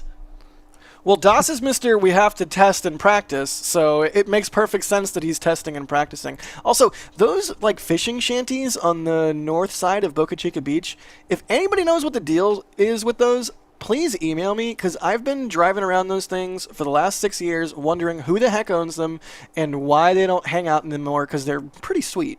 But anyway, I digress. Oh, is he panning back? He's panning back. Oh, no. He's going back to the pad. Nice. Look at those rates. Very nice. Yeah. He's showing off now. Could build me Das, give us something like he might. You know a guy.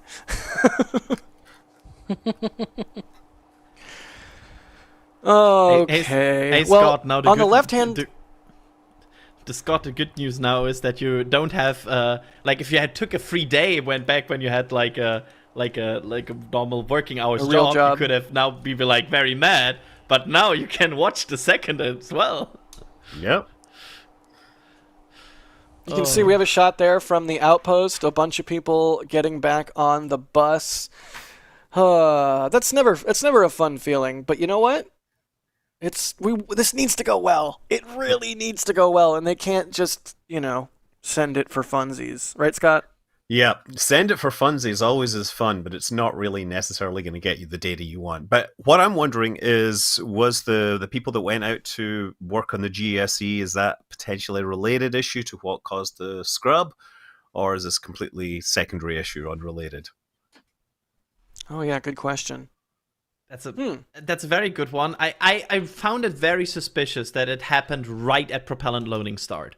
Like, that's right where the tank farm probably it's in its highest pace, right? Like, it's really going. Everything is firing in all cylinders. And probably something... I mean, it came very quickly after they even started it. So I wonder if something really, really looked off. Huh. Weird. I mean, they did just do... like repeated modifications and then unmodifications and then they've been messing with this mount to get it ready for ship testing. So, this will be the first full stack. I mean, go ahead. I was going to say, and they did not do a wet dress rehearsal. A lot of people were asking that in chat. But we said over the course of today's countdown that no, they stacked yesterday, even before 24 hours from the launch, and they just they just went for it, and this is what happens, right? You run the risk. It may happen like Flight 9, where you don't have any issues, and you go down the count and you launch, right? That happened on Flight 9. It may happen like on Flight 8, where, you know, late into the countdown, you have multiple different issues, and then you have to scrub and turn around for 3 days and things like that. Or it can happen like today, where it was very early in the propellant load, and they're probably going to try again tomorrow. It's not fully confirmed yet, I guess, because they probably have to take a look at that ground support system, but we'll probably expect something maybe tomorrow, if I were to the guess. weather looks more cooperative for tomorrow based on what I'm seeing. Yeah. Hopefully no clouds. Hopefully. Well, maybe like just the right amount of cloud. Like what you want is a smattering of small, puffy, broken clouds at the right altitude, so that when when the vehicle is going through max Q, it's not just boring blue sky behind them. Exactly. Like you need some contrast. It's like what was that movie? The Aviator. It's like we gotta have clouds. Oh yeah, let's go to Oakland for clouds, right? Yeah, and some people are wondering, like, if they try tomorrow or if they try another day, it's the same window. It's the same 6:30 p.m. Central to 7:30 p.m. Central window. So if they try tomorrow, they don't have to take time. into account the sidereal day or whatever. They don't have to like move it by 4 minutes or whatever. There's no station. There's no geo placement or anything like that. They just can go at the same window. So good to know that. But there is a caveat to this. If they need some more time to troubleshooting, because we know they have working an issue, and it's already fairly late in the day. So, and we know also their operation starts very early in the morning. There could be a situation where they need some time in the morning, they check it overnight, they just need some more time, and they are just not ready in time tomorrow to start all of the other operations that lead up to a launch. Because they can, of course, not fully run their tank farm while people are working on it to fix it, if it's the tank farm. So there's also a non-zero chance that this will go more to a Wednesday or Thursday window, should the issue be more than just, oh, we looked at it, it's fine. Yeah. And then you get into, oh, I need to get a part shipped in. Yes. Right, yeah, right. Put it on the private plane, because FedEx won't get it there fast enough, kind of thing. Yeah. Oh, I mean, goodness.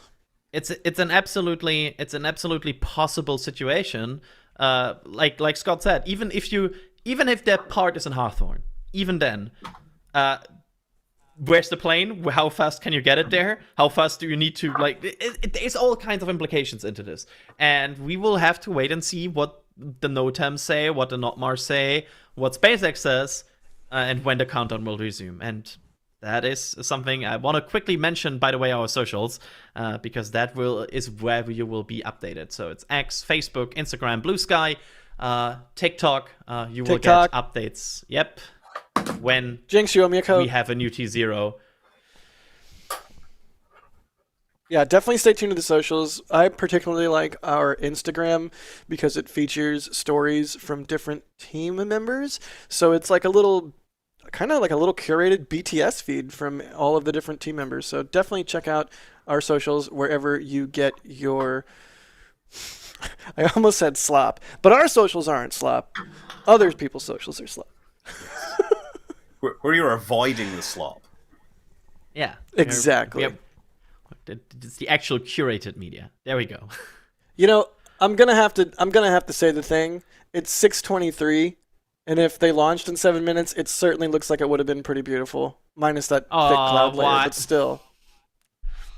Yeah, I mean, Sorry. look at this. Look at the lighting right now. Yeah. And it's only gonna get better for the next hour. Like, we haven't even technically hit golden hour yet. This is just like, you know, some storm light. Good deal. Shall we do some questions, and maybe we'll get some more information from SpaceX here, or the website updating, or what have you? Yeah, Jack, that sounds like a great idea. Yeah, amazing idea, Jack. Good. Yeah, it's a good idea, Jack. Is that my voice? No. That you're trying to imitate? No, I hate it. I regret everything. That's funny. 3 minutes ago, Darren Vance says, any chance they could turn this into a wet dress rehearsal? 100% chance, in fact. That's what just happened, arguably. Yeah. Or at least a Yes. partial. It wasn't even a full wet dress rehearsal. More like a damp, right? And it wasn't even a mini wet dress rehearsal. It was an aborted wet dress rehearsal. A damp. Incidentally, damp skirt. Oh, Jesus. Regarding the aborted, technical update, somebody I saw posted a picture of Elon's jet landing and saying, Elon's just arrived. And if that was true, then he couldn't have been there to give an update. I think Kiko also said that he potentially will be. There are other engineers potentially being on. And honestly, I will say this: wouldn't that be great? I like Elon updates, but I want to hear an update from, I don't know, the designer of the booster forward section or the grid fin motors. Like, give me that. Yeah, all of the Tim tours that Tim has done and posted of Starbase, some of my very favorite moments are when Tim gets to talk to other employees who just like go down the rabbit hole on detail. Like the high level stuff is great, but I mean, you're here, you're watching NSF, you probably want some fine detail, and that's definitely what we all want as well. So anytime you get a subject matter expert like that to just like the company gives them license to cut loose and actually say stuff, it's gold. It's gold. Hopefully we get that. I was going to say that one of the Starship engineers, actually the vice president of Starship Engineering is his official title, actually said that he was going to be talking. He said, always exciting to talk Starship, as a sort of reply to the announcement that they're going to be doing the technical update, which it did not happen. Reminder, it did not happen. They scrapped that just as the launch. But apparently him and also Kiko Donchev, vice president of launch at SpaceX, those two really high up in the chain of command, if you will, or like vice president of Starship Engineering, and then you've got vice president of launch, right? So those are two heavy hitters, if you will, if you want to call them like that. So yeah, that's always awesome to. It's not just even that we don't like what Elon says, or that we don't think that Elon is not too much into the program. I like what he says. It's just to hear more things, right, from other people that are also working on Starship. I think that diversity, when Wine speaks about Falcon or Starship or anything like that, it's always awesome to see her as well doing that kind of stuff. Every single time we get something else from other people at SpaceX, that's always great. I think, to be clear, because I've said it a lot of times in our lead up to this flight, and especially when discussing the Starship update, I do find the high level and the high level sort of discussion to be very meaningful. And generally, it's easier to convince people of a thing with rhetoric versus logic, unfortunately. And it's like, if we're going to get to Mars, we need people to understand, first and foremost, why it's important. And arguably the most important reason is because we only have one Earth, and you should always have a backup for your data. And humanity has just been, we're just accumulating data and learning about the universe. Maybe we should back that up. I totally agree. I just think we all agree. We're on the same page. Now give us the details.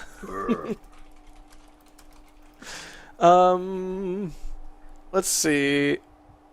I don't know how to pronounce this. Scott? Any guesses on how to pronounce that? Or Adrian or Alex. I don't want to butcher it. Oh, it's Oyvind. I think it's Oyvind B. Okay, Oyvind. Yeah. I see. Oh, nice. Oyvind B asking, what will happen to the orbital launch mount at Pad A after Ship 38? Will it be rebuilt like Pad B?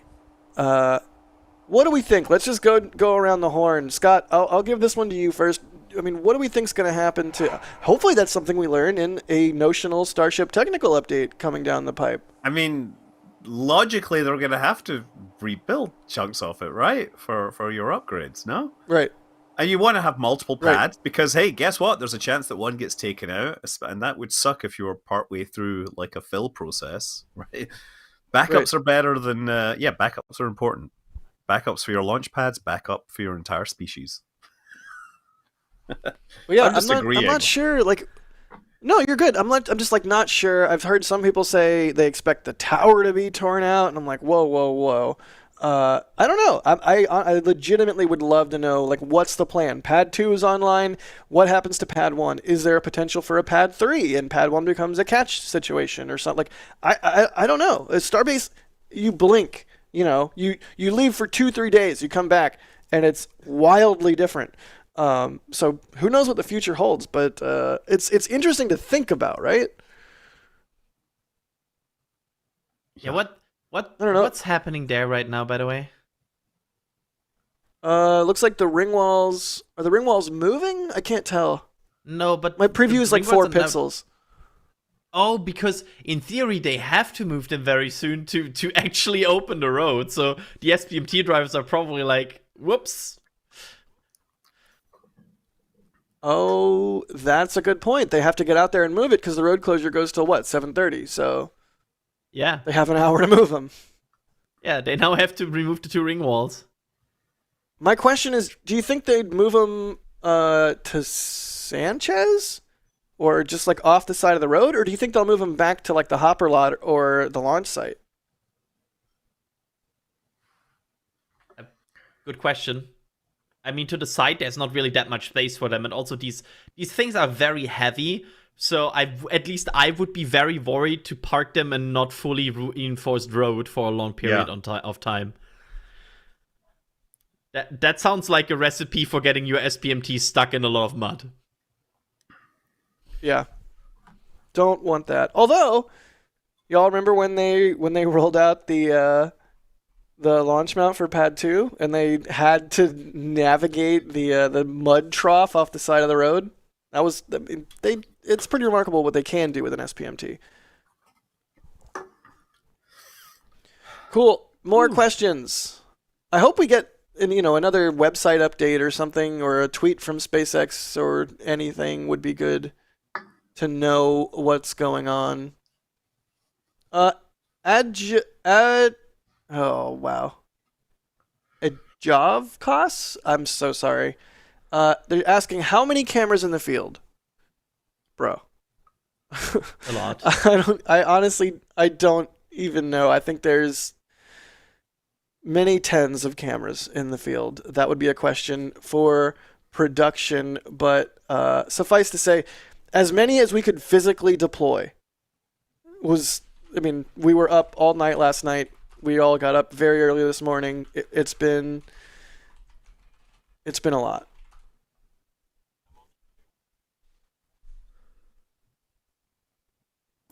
Well, 32 cameras deployed for live, according to Kevin in my ear. 32 cameras deployed for live. Yeah, that doesn't include, and also doesn't include recorded or stills cameras. Like we're talking about, like cameras deployed for use on stream, is bonkers. I kind of would quickly want to address something here because people are a bit confused by the fact that the SpaceX website is still counting down, and people are like, "Oh, is it still?" No, SpaceX has confirmed the scrap. One thing, and also there's. Go ahead. If it's counting down for you guys, refresh, because that's one of the issues with the SpaceX website. That whenever they change the clock, if you have not refreshed, it's counting down for you, and so it may be counting down for you. Unintentionally encouraging people to DDoS the site because you have to refresh so much. It's pretty much how that works, apparently. I don't know why it doesn't auto-refresh. It just, you have to force the refresh of that clock. So if it's still counting down for you, you probably have not refreshed enough the clock. But there you can see how it should look for you. That is T-minus 12 hours. That's essentially probably part of their countdown. That's probably when it begins, that countdown sequence. And so they reverted back to the start of the countdown. There you go. And of course, we don't know the direct next attempt window because SpaceX, in theory, we know when they can launch based on regulatory approval because it's basically the same window every single day for the next few days. However, it's on SpaceX, the launch provider, to confirm a launch window. So as long as they don't say anything, we don't have a launch window. They have not taken a launch window yet. It's a matter of how long they need to fix this. Yeah, and I want to note another thing. There are some folks a bit confused because they're seeing some scam videos in live streams. Those are not real. There's no Elon talk. There's nothing like that. If you see something like that, turn away. Turn it off, right? This is the legit channel that you should watch. Just making sure. In fact, Jack made the point earlier that, those are unfortunately spread out by the algorithm. Hey! But there we go. Ringwall's on the move. Looks like they're going to Yeah. move them off to the side, or at least they're not going back to the launch site, which makes me happy. Because if they were going back to the launch site, even knowing that they needed to move them to clear the road, I would be stressed.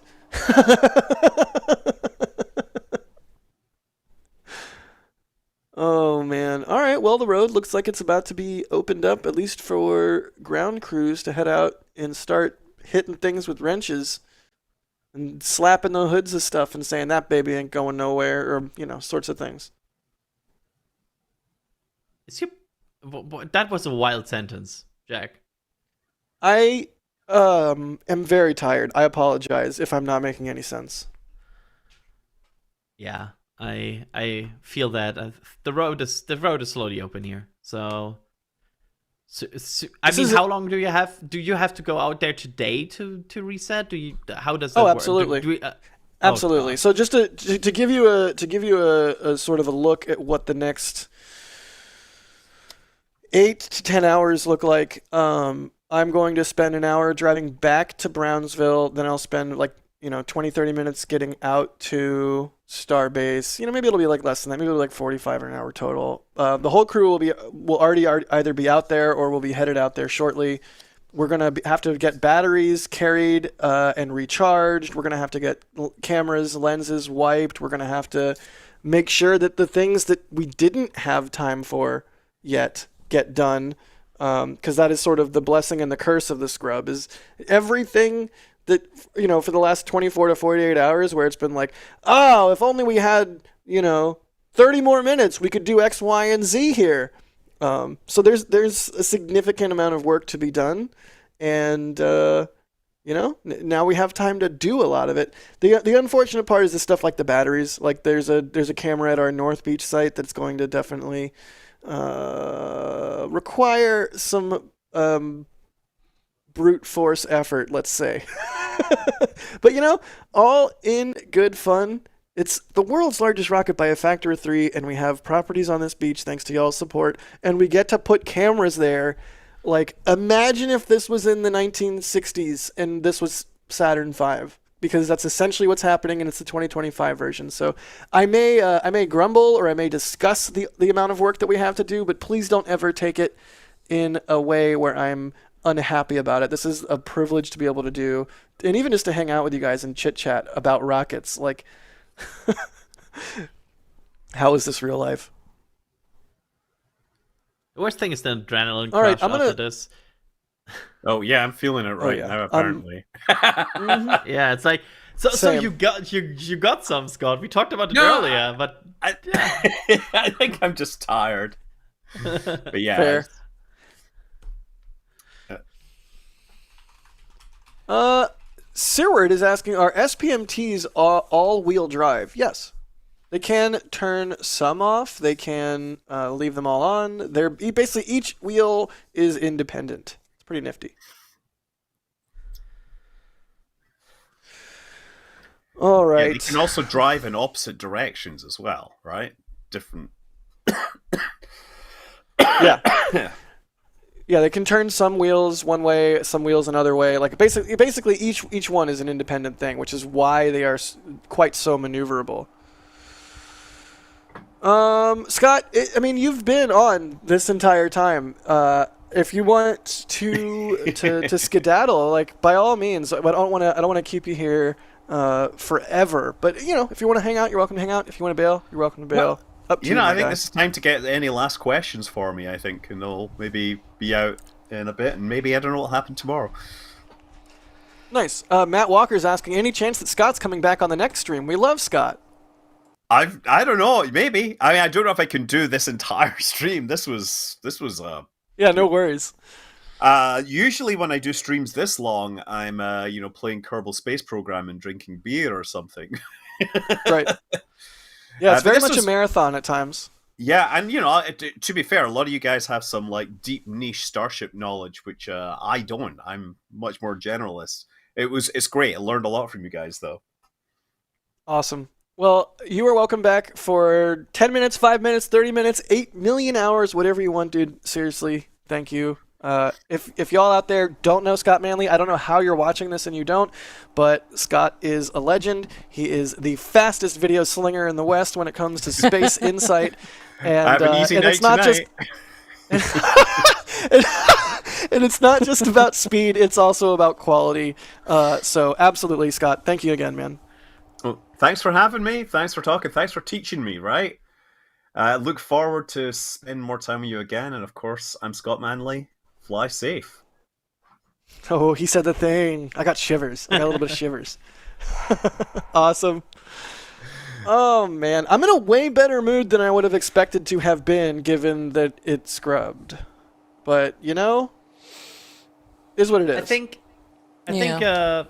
I feel a bit guilty because I think on the stakeout scene I said it 2 times, on the launch stream like also 3 times, how little Starship has scrubbed so far, and I was like, oh, it's so reliable, and I I already saw some people, like I saw a comment about like, hey, Adrian only mentioned like 6 times how reliable it launches. I'm like, yeah, you're kind of right. At some point, we gotta get the bad flights in terms of the scrubs and whatnot. We've got the bad flights in terms of failures during launches and landings and all that. Sometimes we gotta get those beforehand. We got the Ship 36 explosion as well, so there you go.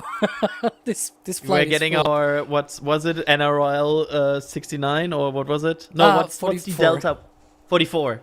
That's the Starship equivalent of NRL 44. Why did you just say that? Why would you say that? Why would you say those words in a sentence on air? I am furious with you. I've never been more mad with any other human being on the planet than I am with you right now in this moment, and that includes Sawyer saying that my bagels aren't delicious. What? Adrian? No! Bad! Fun fact, the Falcon 9 booster launched 3 times in a time frame while that Delta for Heavy was on the pad. Oh, God. And that was at a time where Falcon 9's cadence was a lot slower than now. Yeah. Now we'll probably launch 15, 20 times. So get ready. All right, well, we will start. We will start to track statistics now. When this scrubs earlier, we will track things like how many Falcon 9s have launched while this Starship is on pad. So get ready for that, chat. There will be a quiz. Oh man, wow.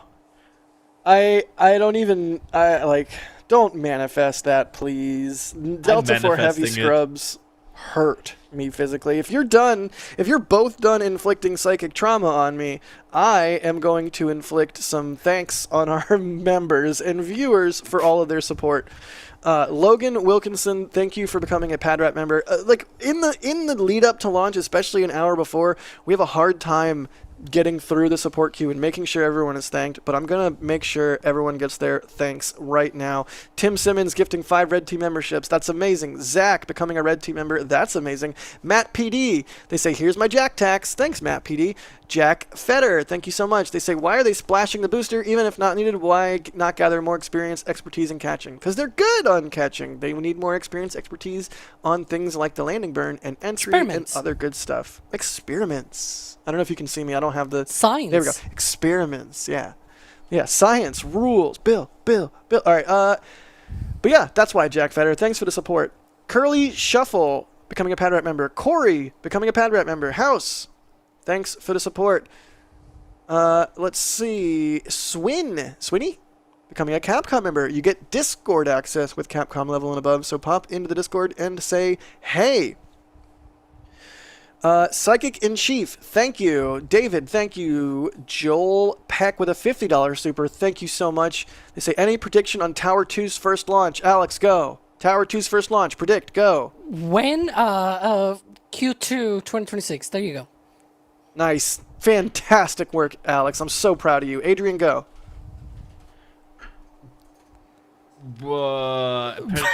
Adrian fails. I am not proud of Adrian. April 31st. Q1 2026. There's no April 31st. Heck yeah. I have no idea. Yeah, we know. Good. There was a. Yeah, we know. Thanks, Alex. That's the joke. The best jokes are the ones you explain after. Crazy man. Actually, they're not the best. That's why Jack said that. If you explain a joke, it actually doesn't get better. You just made it worse. You literally just made it worse. El Smeghead. Hey, there's a Red Dwarf fan out there. They say, I don't want no scrub. A scrub is a launch that has no love for me. Reference acknowledged. Gringo Warfighter, thanks for the support. They say next launch window would be tomorrow if you go off-road closures they have tomorrow. Right? Correct. If that's what you're going on, but we don't know more until SpaceX tells us. All right, that was a big deep breath. Ninja Decimator. Pew pew pew. They asked, can they launch Starship in the rain? Yeah, probably. Aiden, thank you for becoming a Padrat member. Horatio, thank you. They say, how many flights do you think we'll see next year? Alex, go. 10 at the very least. At the very least, so that's like the minimum. Wow, that's remarkable. Adrian? Floor. I'm gonna say 10 as well, with the last 6 months demonstrating a capability of launching more than 1 per month.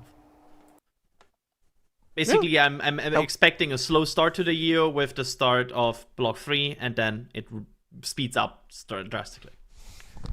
Yeah, that makes sense. Hopefully. Account Leet, thank you for becoming a Red Team member. Eben, gifting $10. Thank you. They say, will Starship generate the same kind of light show that Falcon 9 does during Civil Twilight? I think it'll be even better given the hot stage ring, but it remains to be seen until it happens. Finder, thank you for the support. That was a question for Scott, unfortunately, but thank you so much. Farsidious, thanks for the support. Martin, thank you. House, thank you. James, Woods, what's up, buddy? Quirt, thank you. Cage, thank you. Felix, thank you. Lartor Games, thank you. House, again, becoming a Capcom member. Thank you so much. Pop into the Discord. Say hey. You get pre-show and post-show to the Flame Trench. Oh, God. Alex, we didn't... Oh, there's a tweet. There are several goals, says Elon, but the most important is launching Cryy Eyes face. Yeah, because they have scrub for today. So yeah, there are many goals for this flight, but the most important thing is actually getting it up in the air. So let's see what happens. Let's see. Eric Knudsen, thank you so much. Ziggy Bond with a $50 tip. Outstanding. Thank you so much. They say thank you from Northern Ireland. Seriously, everybody, thank you. Especially those of you going to tips, but everybody, thank you. I know that tips is extra effort. I appreciate that a lot. Thank you, Ziggy Bond. The Real Swordsman. What's up, buddy? They say getting our methane from CO2 in the air could be a useful strat to help fight climate change. I say go for it. Anything to stop burning fossil fuels. I'm in. Matt PD again. Thank you. Yeah. Go ahead. Sorry, but maybe that's just me, but the problem is if you capture CO2 to turn it into methane to then burn it in a rocket engine, you release that CO2 again, right? Yeah, I guess matter can neither be created nor destroyed, so, yeah. Let's see. Time for a nap. I love that. I think we all are about at that point. Time for a nap. Thanks for the support. They say, complexity of Starship is quite high. Did SpaceX ever consider a multi-piece in-orbit assembly vehicle built using the very reliable Falcon 9? I don't know, maybe, but it just will not lift the amount of mass that they need to do to get this done. Let's see. Eric, thank you. Above Success, thank you. I have to just say your names at this point because otherwise I'm going to be reading stuff for the next 18 million hours. But yeah, really quick before we much support. It's like the best problem to have. But like, how do I even? D-Line, thank you. House, thank you. Don Rubottom, thank you. Sitna, thank you.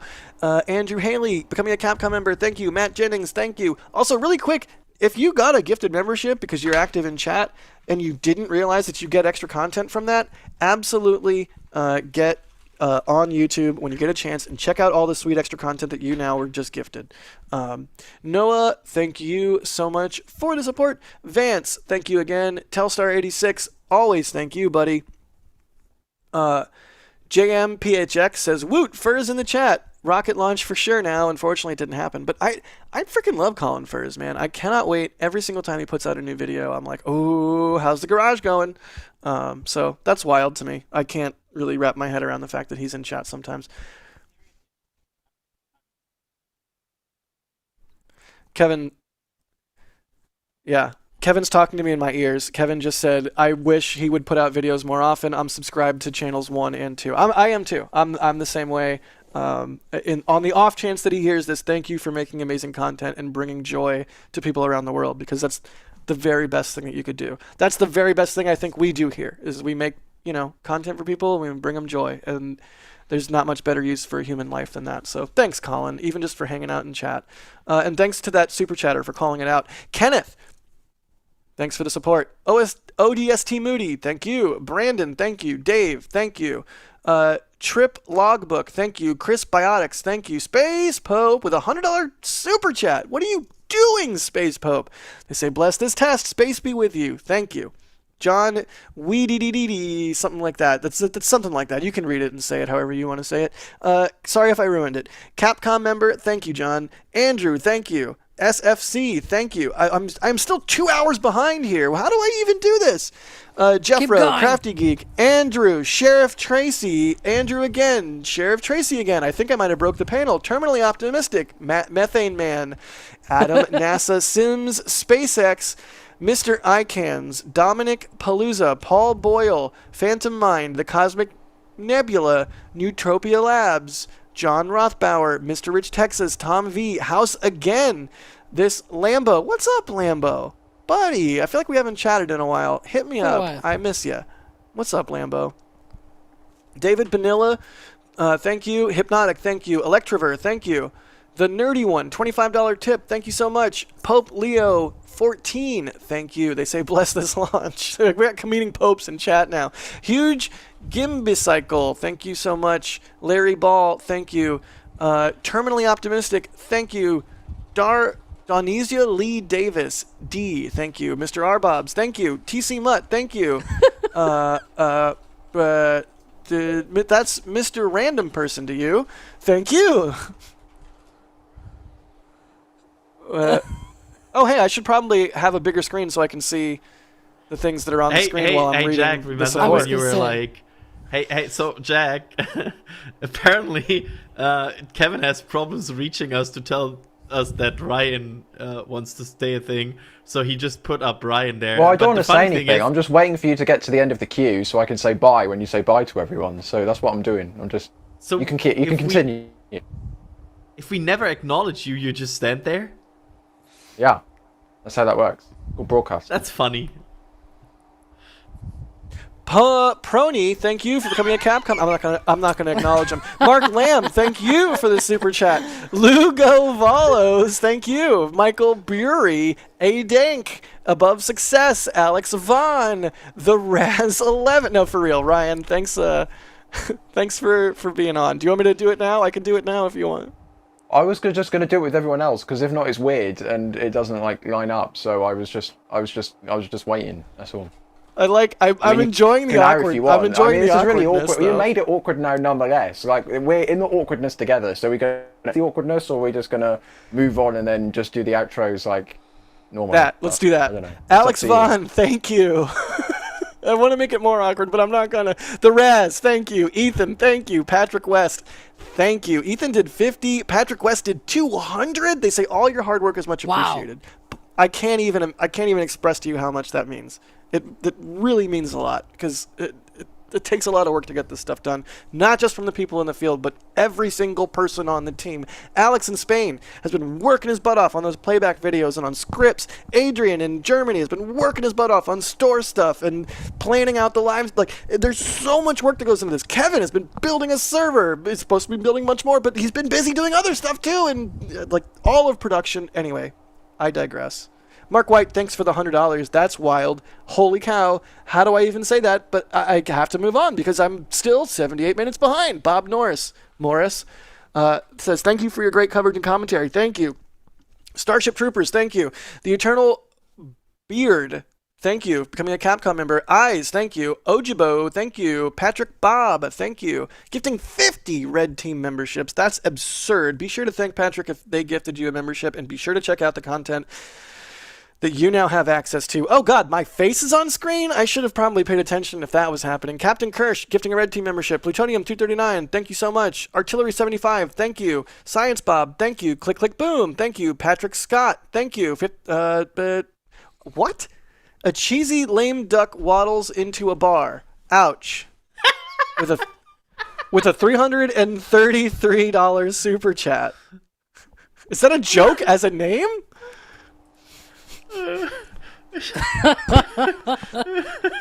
What do I even do with that?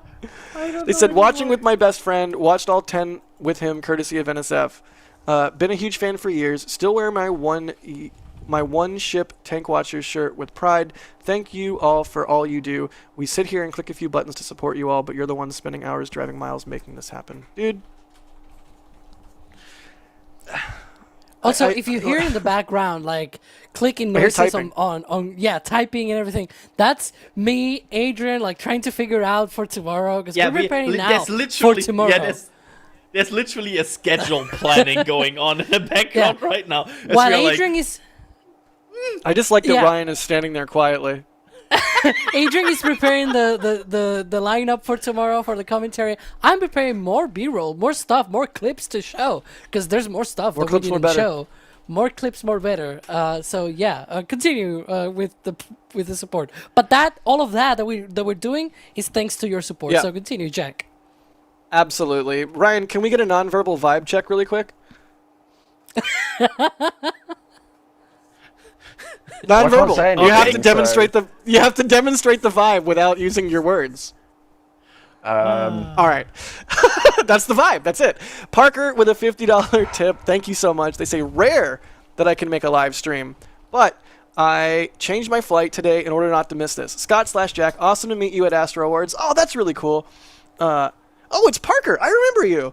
Scott, I relate to staying calm unless talking to ATC, but it gets better with practice. NSF is the best. Keep it up. Awesome. Bruce Bennett, thank you so much. Terminally Optimistic, thank you for the 50 pounds. That's very heavy of you. Kevin Conrad, thank you for becoming a Capcom member. I don't even know how to say that name, but the second word is TARDIS. I think it says I drive a TARDIS. Became a launch director member. That's amazing. Adrian's laughing at me, but I'm just going to keep steamrolling on. Patrick Bob gifting 50 Red Team memberships. That's amazing. Brent with a $50 super. Shadow Gunner, thank you so much. Dash Riptide, I'm still 67 minutes behind. You will read them all and you will like it. Dash Riptide, thank you so much. Justin, thank you so much. Maximiliano, thank you so much. Mark Jones, thank you so much. Mark Williams, thank you so much. Corey, thank you so much. Ando NZ, thank you so much. Bradley Davis, thank you so much. Jester Tiger, thank you so much. Golf Flyer SCWP11111, thank you so much. Drew Nar, thank you so much. Jeff Stucco Reachers, thank you so much. Silly String Parfait, thank you so much. What is that name? Rick Rick, thank you so much. Christoph, thank you so much. Vivak201, thank you so much. Red Wings Fan 2, thank you so much. Shane Wardle, Richard Fox, Robert Kepler, Vigianta, Mark Spears, DR, Trixie, Jacob Kraus, Rick again. I'm sorry about your last name. I can't pronounce it right. Turtle Disestablishmentarianism Sanctuary, saying it was probably EJ's fault. Thank you so much. Steve Kalovic, we know you. Thank you so much, Steve. Give Bideford a hug for all of us. Crafty Geek, thank you for the support. Terrence Nugent becoming a Padrat member. And Barbara Wells rounding things out with gifting a Red Team membership. Thank you so much, Barbara. It's truly an honor to get to do this. It's a dream job. It's a dream job. It really is. Chad is enjoying seeing Ryan. Just saying. And it is that way. It is a dream job, and the only way we can have this job, all of us, is by your support. So, the only way we can have Ryan standing there very quietly and patiently for me to outro him as part of the outro of this stream is with your support. So, Ryan, thank you so much for providing your expertise, not just to the stream commentary, but also everything that you do for NSF. You've made me wait so long, I'm not even sure if I can remember all of the things that I was meant to say, but it's always a pleasure being on these streams, of course, and fingers crossed over the next 3 days in terms of how the weather forecast is looking. The winds are equally calm, so unlike some of the previous flights, the winds this time around, they're not really looking like they're going to be a watch item. They're kind of, for the next 3 days, they're like as calm as they can be in the upper levels. I'm talking 5 knots, 10 knots. We're used to 50 plus, right? So this is really good looking winds. The rainstorms are looking kind of similar for tomorrow, unfortunately. Maybe it's a little bit better, but it's kind of that similar kind of August in Texas deal that we're going to be looking at over the next 3 days or so. But the little symbol, if you look at the little symbol on the weather forecast, it's more sun than cloud. So make of that what you will. I mean, at this point, it's just kind of this same deal that we're going to have to wait until the time to see if there are any storms going to be in the region. Because just like we saw today, right, there were those a couple storms that went past through Starbase a couple of hours before the launch attempt, right? So we're just going to have to wait until that point to actually see if there's going to be any storms around. That's just how the weather works in Texas at this time of year, or at least in this part of Texas at this time of year. Texas is big, if you didn't know. That's the part of the stream we're on. Texas is big. So yeah, pleasure as always. Fingers crossed the weather holds, and whatever actually happened, we know it's some sort of ground issue, but whatever actually happened, fingers crossed SpaceX can get it fixed. Maybe in 24 hours time, who knows? Indeed. Thank you so much, Ryan. Also, joining us on commentary for the whole dang thing, we had Alex. Alex, thank you, buddy. It's always a pleasure, and you know, as they say, this is why we test. This is why you should have wet dress rehearsals. But anyways, they did one live, I guess. Yeah, they tried to go for a launch, and unfortunately we did not get it. But whenever we get it, we'll be back here as always, and I'll be back as well because I'm gonna get some food now and try to recycle myself, recycle the count. Awesome. Also on, we had Adrian as well. Adrian, thank you, buddy. I will set an alarm in 5 minutes and 13 seconds from now. And I want to point out, that is when the scrub merch is gone. And until Starship scrubs again, you will not be able to get this shirt. I will have an alarm. I'm serious about this timer for the scrub shirt. So if you want to get this scrub shirt off this launch today, you better get it in the next 5 hours and 13 minutes until my alarm goes off, and then it's gone. I will remove it. That's my outro. He's so vindictive about it. Wow. Okay. Thank you, Adrian. Of course, thank you so much to John Das Galloway. I just called him John on air. That physically hurt me. Who's John? Das is on the roof, setting up cameras and everything. D has been out in the field, also setting up cameras and everything. Huge number of people out here in the field. We also, let's see who they're going to show next. We also had Max as well out here in the field offering his expert photography skills. And we also had Carson on production. Thank you, Carson. I was wondering like who are going to show next. We had Carson on production, we had Jay on production as well, and we had Kevin on production as well. Plus, of course, I'd be remiss if I didn't thank Scott Manley for jumping on. Definitely go give him a subscribe or like the bell, whatever. Do the YouTube things to Scott's channel if you don't already, because he's like legitimately one of the very best space creators. So please, for the love of God, if you're not already following him somehow because you're like from an alternate dimension and you don't know what space is, go there now and subscribe to his YouTube. Also, follow us on the socials. If you want to know what's going on with launch, if you're out here for the launch and you're like, man, what the heck is this going? Like, follow us on the socials. Hey, Ryan, what's up? Not much. Just waiting for this to be over. Why? Oh, cool. Gee, what'd you have to eat today? I can feel my stomach eating itself. That's a great question you asked there, Jack. That's really, really thoughtful question that you asked there. Well, I hope it was tasty, whatever it was. But either way, I think we should probably wrap things up. What, Adrian? I just wanted to ask you as a revenge, how was it to be behind the ring walls? Oh, it was great. I loved it. Best time of my life. All right. Do you think the music stay tuned to the socials for stay tuned to the socials for an update as soon as we know what's going on and when the new launch time is, and if it's going tomorrow, we'll put it on the socials. Until then, stay tuned to Starbase Live and keep watching the skies, and we'll see you on the next one. Bye.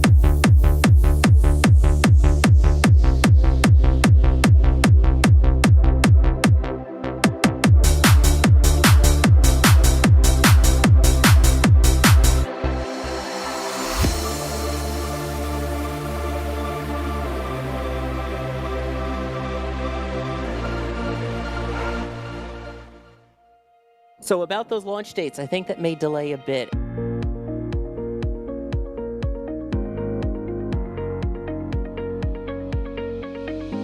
have liftoff. Propulsion continues to be nominal. R68 chamber pressure looks good. Doubling up.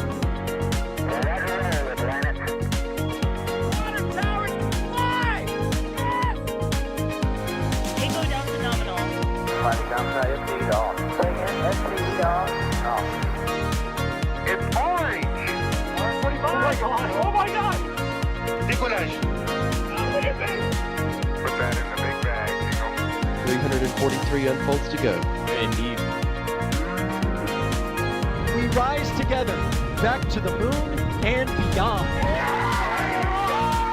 This is nothing to be exciting and clear, correct? Ship 36 just blew up. Yikes. You good? Sure. We don't need any more of these.